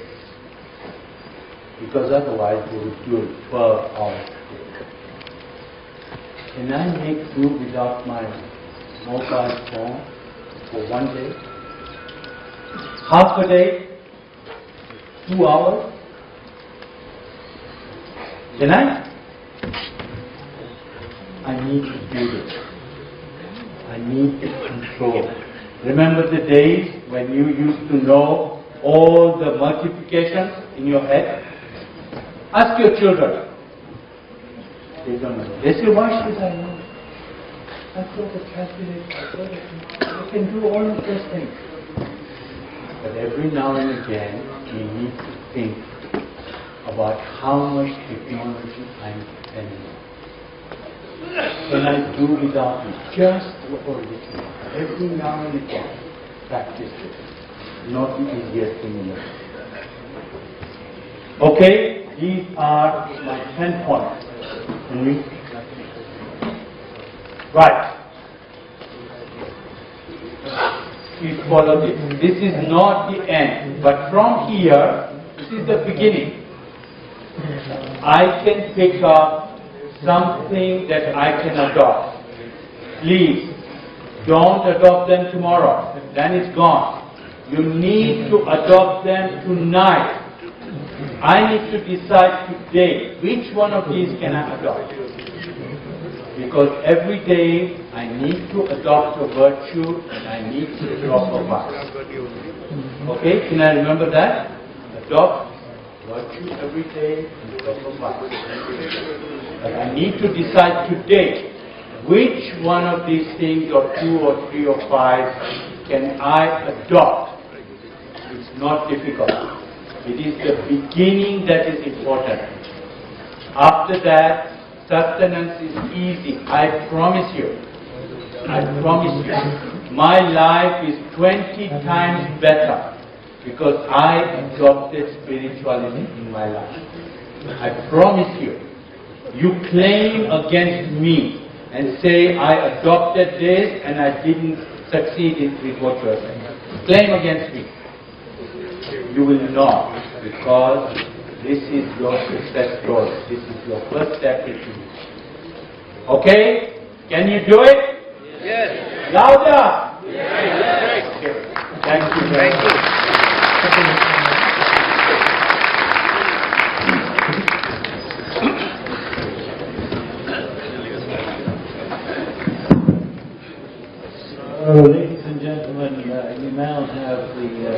5-point plan, easy, very practical.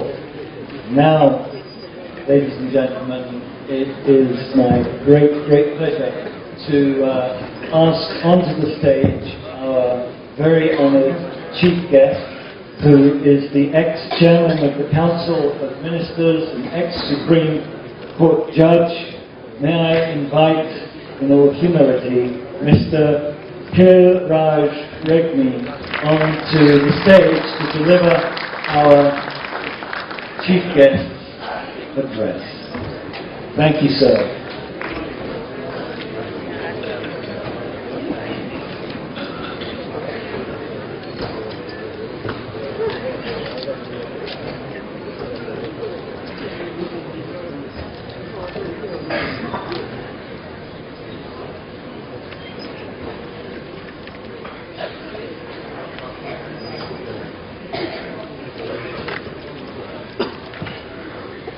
आदरणीय राजयोगिनी Rajaji, mister Nizar कुमा, Anthony Philip, Brahma Kumari ईश्वरीय विश्वविद्यालयका विभिन्न महानुभावहरू, विदेशबाट आउनुभएका विशिष्ट महानुभाव र राजयोगका उपासकहरू, ब्रह्मकुमारी दर्शनका अनुयायीहरू, उपस्थित विशिष्ट महानुभावहरू, संचारकर्मी मित्रहरू, सम्पूर्ण महिला तथा सदनप्रिय, ब्रह्मकुमारी वर्ल्ड स्पिरिचुअल युनिभर्सिटीद्वारा आयोजित फ्युचर अफ पावर विषयक कार्यक्रममा सहभागी हुन पाउँदा मलाई खुसी लागेको छ। यस अवसरमा सर्वप्रथम शान्ति, सदाचार, सत्य र मानवताको सन्देश प्रभाव गर्ने उद्देश्यका साथ नेपालको राजधानीमा यस प्रकारको कार्यक्रम आयोजना गर्न सफल भएकोमा आयोजक ब्रह्मकुमारी वर्ल्ड स्पिरिचुअल युनिभर्सिटीलाई हार्दिक धन्यवाद दिँदै यस कार्यक्रमले राखेको उद्देश्यमा पूर्ण सफलताको कामना गर्दछु र यसबाट सबै लाभान्वित भएको अनुभूति पनि मैले गरेको छु।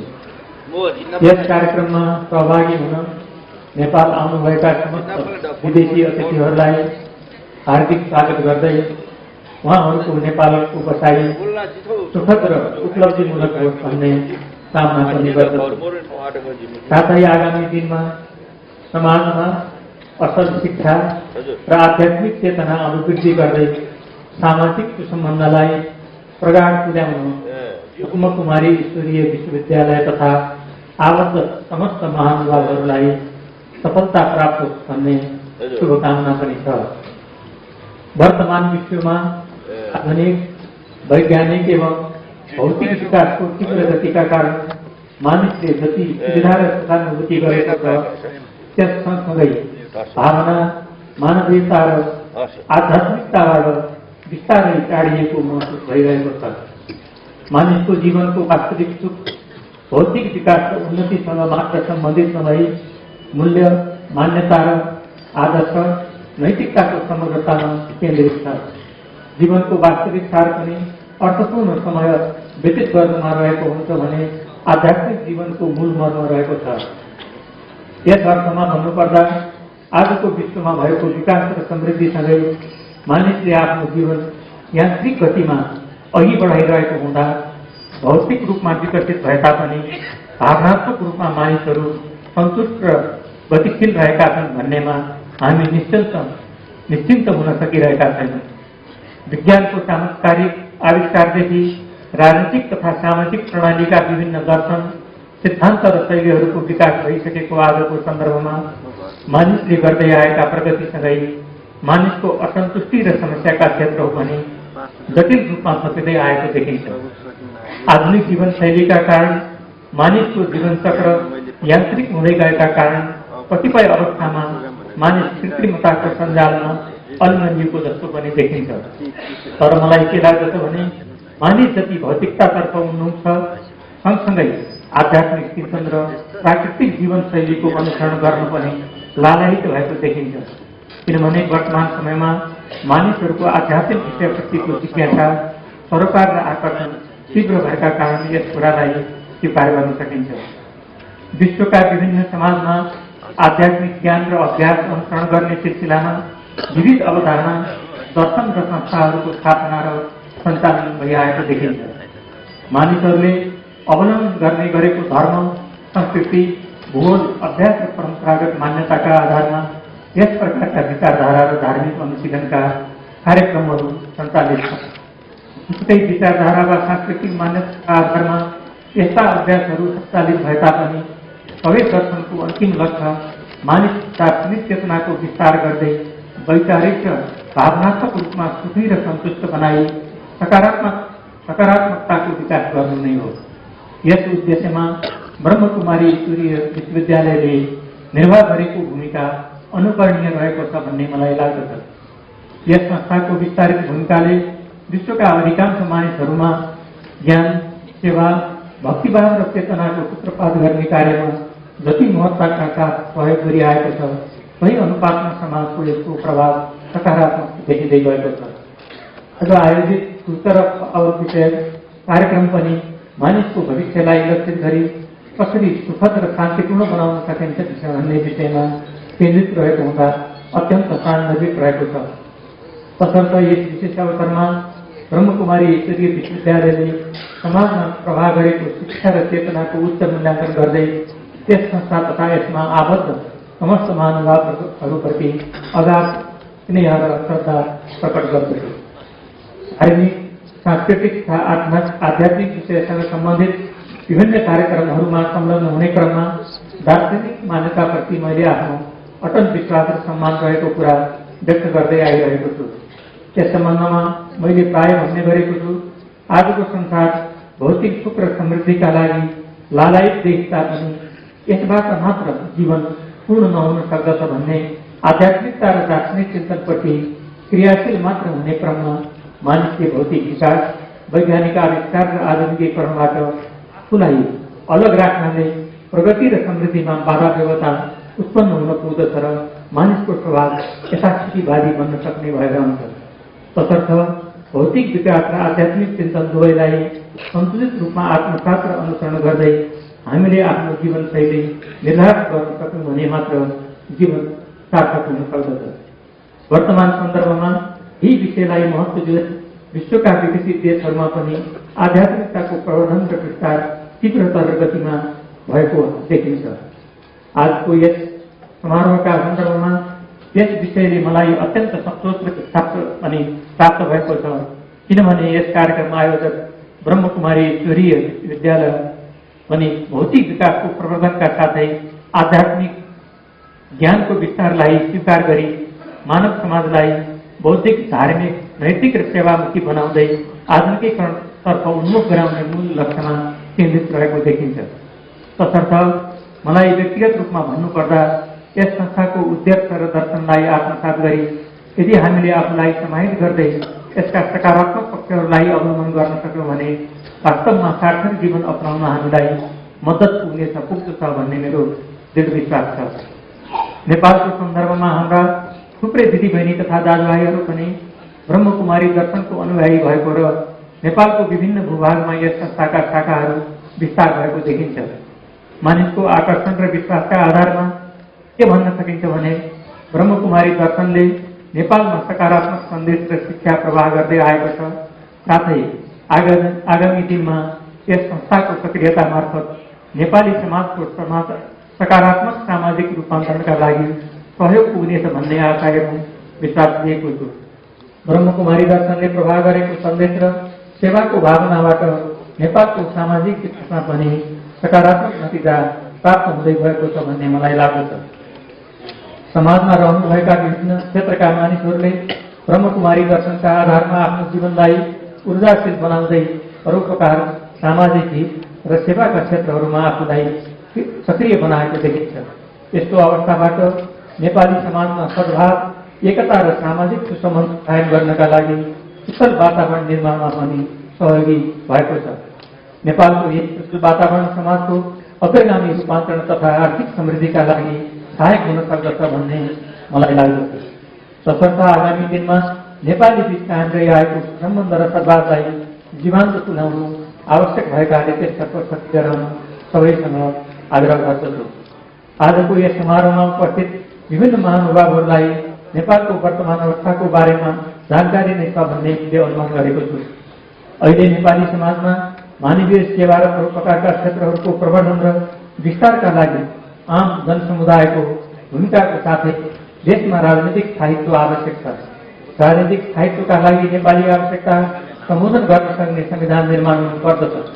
यही उद्देश्यका साथ गत नोभेम्बर 19 नेपालमा संविधान सभाको निर्वाचन स्वच्छ, निष्पक्ष तथा शान्तिपूर्ण वातावरणमा अधिकाधिक जनसहभागिताका साथ सम्पन्न भई संविधान सभाले आफ्नो कार्य प्रारम्भ गरेको 1.5 महिना भइसकेको छ। अहिलेको संविधान सभा विगतमा संविधान सभाले निर्धारित समयमा संविधान निर्माण गर्न नसक्दै विघटन हुन पुगेकाले नेपालको विशिष्ट राजनीतिक परिस्थितिमा सम्पन्न संविधान सभा निर्वाचन मार्फत गठन भएको कुरा सर्वविदितै छ। तसर्थ यस संविधान सभालाई प्रत्येक अवस्थामा संविधान निर्माणका लागि सहज वातावरण पनि छ।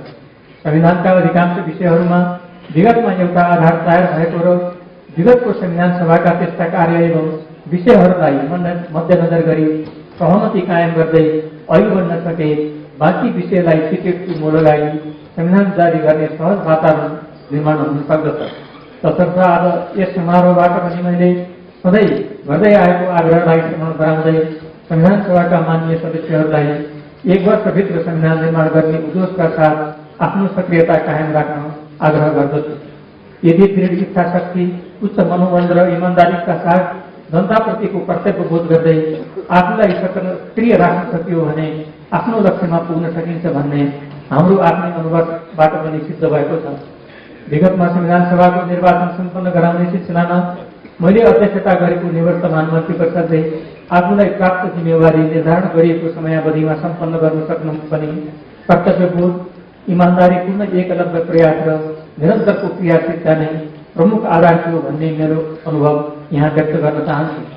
तसर्थ कुनै पनि कार्यमा सफलता प्राप्त गर्नका लागि आफूले निर्वाह गर्नुपर्ने भूमिकालाई उच्च महत्त्व दिँदै त्यसप्रति सकारात्मक सोच र उत्साह राख्दै हामी सक्रिय रहनुपर्छ भन्ने आदर्शलाई आत्मसात गर्नु आवश्यक भन्ने कुरा यस अवसरमा व्यक्त गर्न चाहन्छु। यसै सन्दर्भमा एकजना अङ्ग्रेजी लेखक स्टिफन रिचार्ड्सले समर्पण भावका साथ गरिएको कार्यबाट मानिस कसरी सफल हुन सक्छ भने व्यक्त गरेको उद्गार यहाँहरू सामु समर्पण गर्न चाहन्छु। When you concentrate your energy purposely on the future possibilities that you aspire to realize, your energy is passed onto it and makes it attracted to you with a force stronger than the one you directed towards it. तसर्थ आफ्नो उद्देश्यप्रति जिम्मेवार र इमान्दार भई कार्य गर्न सके हाम्रो सम्पूर्ण मुद्दा त्यही कार्यमा केन्द्रित हुने भएकाले हामीलाई थप बल प्राप्त हुन्छ र हामी सफल हुन सक्छौँ भन्ने मान्यतालाई अनुसरण गरी कार्य गर्न सबैको ध्यानाकर्षण गराउन चाहन्छु। अन्त्यमा आजको कार्यक्रममा सहभागी हुन नेपाल आउनुभएका सबै अतिथि महानुभावहरूलाई उहाँको भ्रमणको सफलताको कामना गर्दछु। साथै ब्रह्मकुमारी ईश्वरी विश्वविद्यालय तथा सम्बद्ध महानुभावहरूलाई यस कार्यक्रम आयोजना गर्न सफल हुनुभएकोमा हार्दिक बधाई तथा शुभकामना व्यक्त गर्दछु। आजको यस कार्यक्रममा उपस्थित सबैलाई हार्दिक धन्यवाद दिन्छु र यसबाट सबैले लाभान्वित हुनुभएको छ भन्ने दृढ विश्वासका साथ आयोजकलाई पुनः धन्यवाद व्यक्त गर्दै विदा हुन चाहन्छु।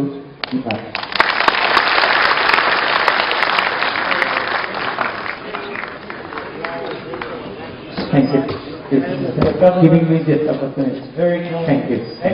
Chief Justice of this wonderful country. We would like to make a small presentation to you. So I have asked Sister Raj Didi and Sister Kiran to come and make a small presentation for our gratitude for your presence here.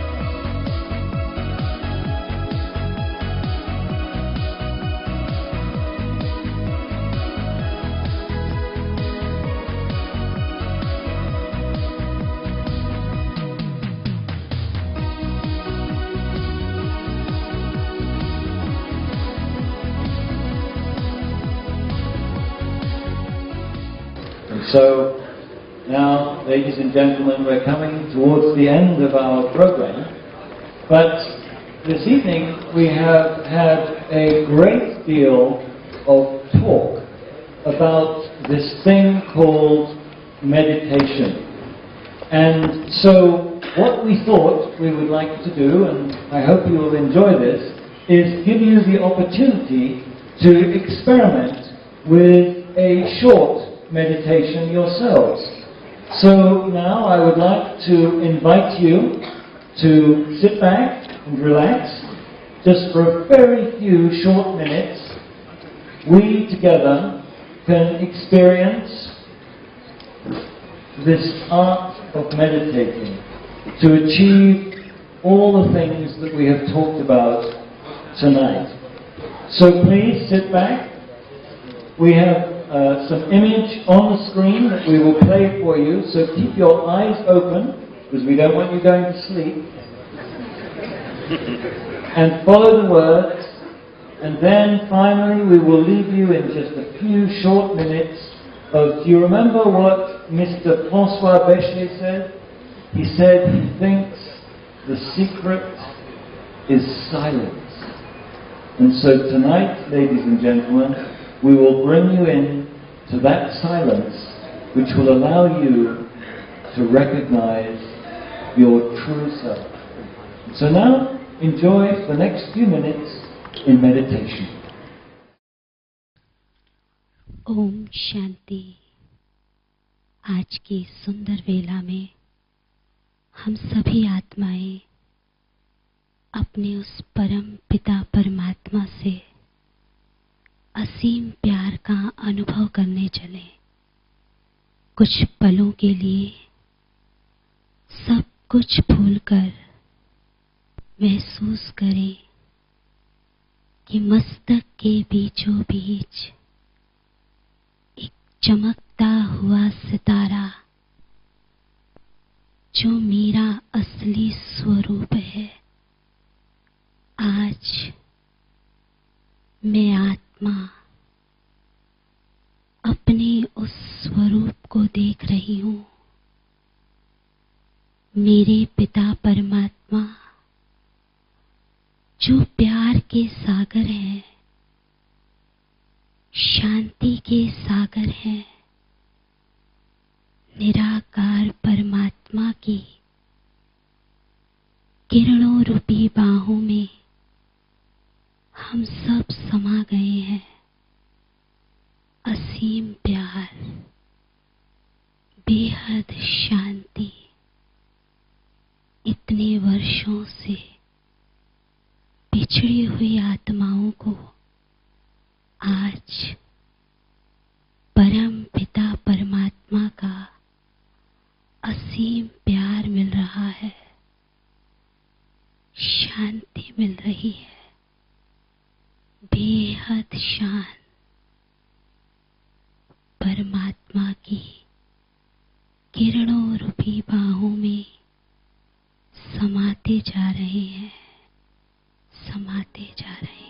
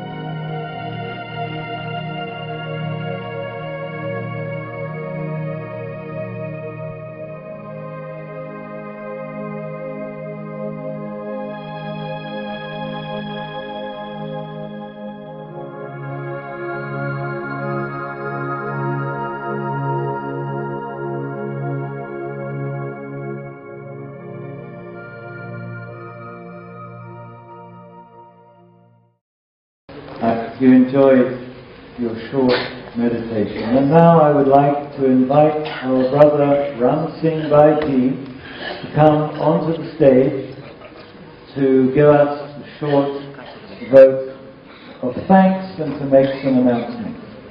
7th March Day is really a very, very wonderful and happy day for Brahma Kumarji. It's really a very remarkable and historical day for us. I would like to speak in Nepali as well. आजको विशेष यो महत्त्वपूर्ण कार्यक्रममा आफ्नो अत्यन्तै महत्त्वपूर्ण समय प्रदान गर्दै मन्त्री परिषदका पूर्व अध्यक्ष तथा सर्वोच्च अदालतका प्रधान न्यायाधीश माननीय खिरराज बेगुनज्यूमा दिलदेखि हृदयदेखि नै हार्दिक हार्दिक धन्यवाद एवं आभार व्यक्त गर्न चाहन्छु। त्यसैगरी द फ्युचर अफ पावरका इन्भेन्टर मिस्टर निजाजुमा जो यस कार्यक्रमका विशेष एउटा शोधकर्ता हुनुहुन्छ, उहाँले आफ्ना महत्त्वपूर्ण विचारहरू हामीमाझ राखिदिनु भएकोमा I would like to give very much thanks, heartful thanks to mister Juma. र यसै गरी यो कार्यक्रमलाई अत्यन्त सौहार्दमय ढङ्गले यति रोचकताका साथ एज ए फेसिलिटेटरका रूपमा एज ए एउटा चाहिँ यसको रूपमा यो एमसीका रूपमा कार्यक्रम सञ्चालन गर्नुभएकोमा ब्रदर एन्थनी फिलिप्सलाई पनि म हृदयदेखि नै र हाम्रो ब्रह्मा कुमार अर्गनाइजेसनका तर्फबाट धेरै धेरै धन्यवाद दिन चाहन्छु। र साथसाथै आजको एक टक सोमा हाम्रा बिहानको डायलग प्रोग्राममा भाग लिने आदरणीय अति महानुभावहरू डाक्टर किशोर सचिव किशोर थापाज्यू, डाक्टर आलु देवाज्यू, miss brother François end Ambika दिदी लगायत अन्य हाम्रा विदेशी पाहुनाहरू जसले आफ्नो अनुभव हामीमा सेयरिङ गर्नुभयो, उहाँहरूलाई पनि हार्दिक हार्दिक थ्याङ्क्स एन्ड धन्यवाद दिन चाहन्छु। र साथै आदरणीय राजदीदीज्यू जसको अध्यक्षतामा आजको कार्यक्रम अत्यन्त सौहार्दमय रूपमा सञ्चालन भएको छ र आदरणीय राजदीदीज्यूको कुशल आध्यात्मिक पालनाका आधारमा नेपाल धरतीमा ब्रह्मा कुमारी अर्गनाइजेसन दिन दुगुना रात चौगुनाका हिसाबले अगाडि बढिरहेको छ। आदरणीय दिदीज्यूमा पनि धेरै धेरै धन्यवाद दिन चाहन्छु। र साथै मधुबनबाट यो कार्यक्रमलाई टिभी मार्फत यो पीएम टिभीमा दिनका लागि आउनुभएका हाम्रा मधुबनका टिभी च्यानलसँग सम्बन्धित ब्रह्मा कुमार भाइजीहरू र धेरै मिडिया पर्सनहरू, मिडिया व्यक्तित्वहरू जो हाम्रो यो कार्यक्रममा आफ्नो महत्त्वपूर्ण योगदान दिन पाल्नुभएको उहाँहरूलाई र साथसाथै हाम्रा अति अति महत्त्वपूर्ण व्यक्तित्वहरू जसले आजको सबै समय हामीलाई साथ दिनुभयो उहाँहरू र खास गरी यो हाम्रा सबै चाहिँ यो अडियो र लाइभ साउन्ड प्रोग्राममा हामीलाई सघाउने सबै हाम्रा आदरणीय बन्धुहरू र उपस्थित सम्पूर्ण आदरणीय दाजुभाइ दिदीबहिनीहरू लगायत यो हल प्रदान गर्दै यो हलबाट हामीलाई सुविधा दिनुहुने यस हलका महानुभावहरूलाई र साथसाथै आजको कार्यक्रममा हामी सबैलाई सबै प्रकारको सहयोग गर्ने महानुभावहरूलाई धेरै धेरै हार्दिक धन्यवाद दिन चाहन्छु। आजको दिनमा साथै हामीले तीनवटा कार्यक्रमहरू सम्पन्न गरेका छौँ। बिहान डायलग कार्यक्रम भएको छ र अत्यन्तै हाम्रो कन्ट्रीका सबै क्षेत्रका सबै वर्गका महत्त्वपूर्ण पर्सनालिटिजहरूले भाग लिनुभएको छ। मलाई लाग्छ the future of power, the spirituality, त्यो वास्तविक रहस्य उहाँले बहुत क्लोज नजिकबाट बुझेको जस्तो हामीले महसुस गरेका छौँ। हामीलाई विश्वास छ भविष्यका दिनहरूमा जुन उहाँहरूको बुझाइ छ त्यो नेपालको धरतीमा हाम्रा सबै रुट लेभलसम्मका दाजुभाइ दिदीबहिनीहरू समेत यो कुराहरू प्रभाव हुनेछ भन्नेमा हामी विश्वस्त छौँ। र साथसाथै प्रेस कन्फरेन्स मार्फत आजको जुन कुरोहरू हाम्रा मिडिया पर्सनहरूले अगाडि सार्नुभयो त्यो पनि हाम्रो लागि निकै महत्त्वपूर्ण रहेको छ र बेलुकाको इभेन्ट साथै हाम्रो लागि अत्यन्तै अत्यन्तै सुखद क्षणको रूपमा रहेको छ।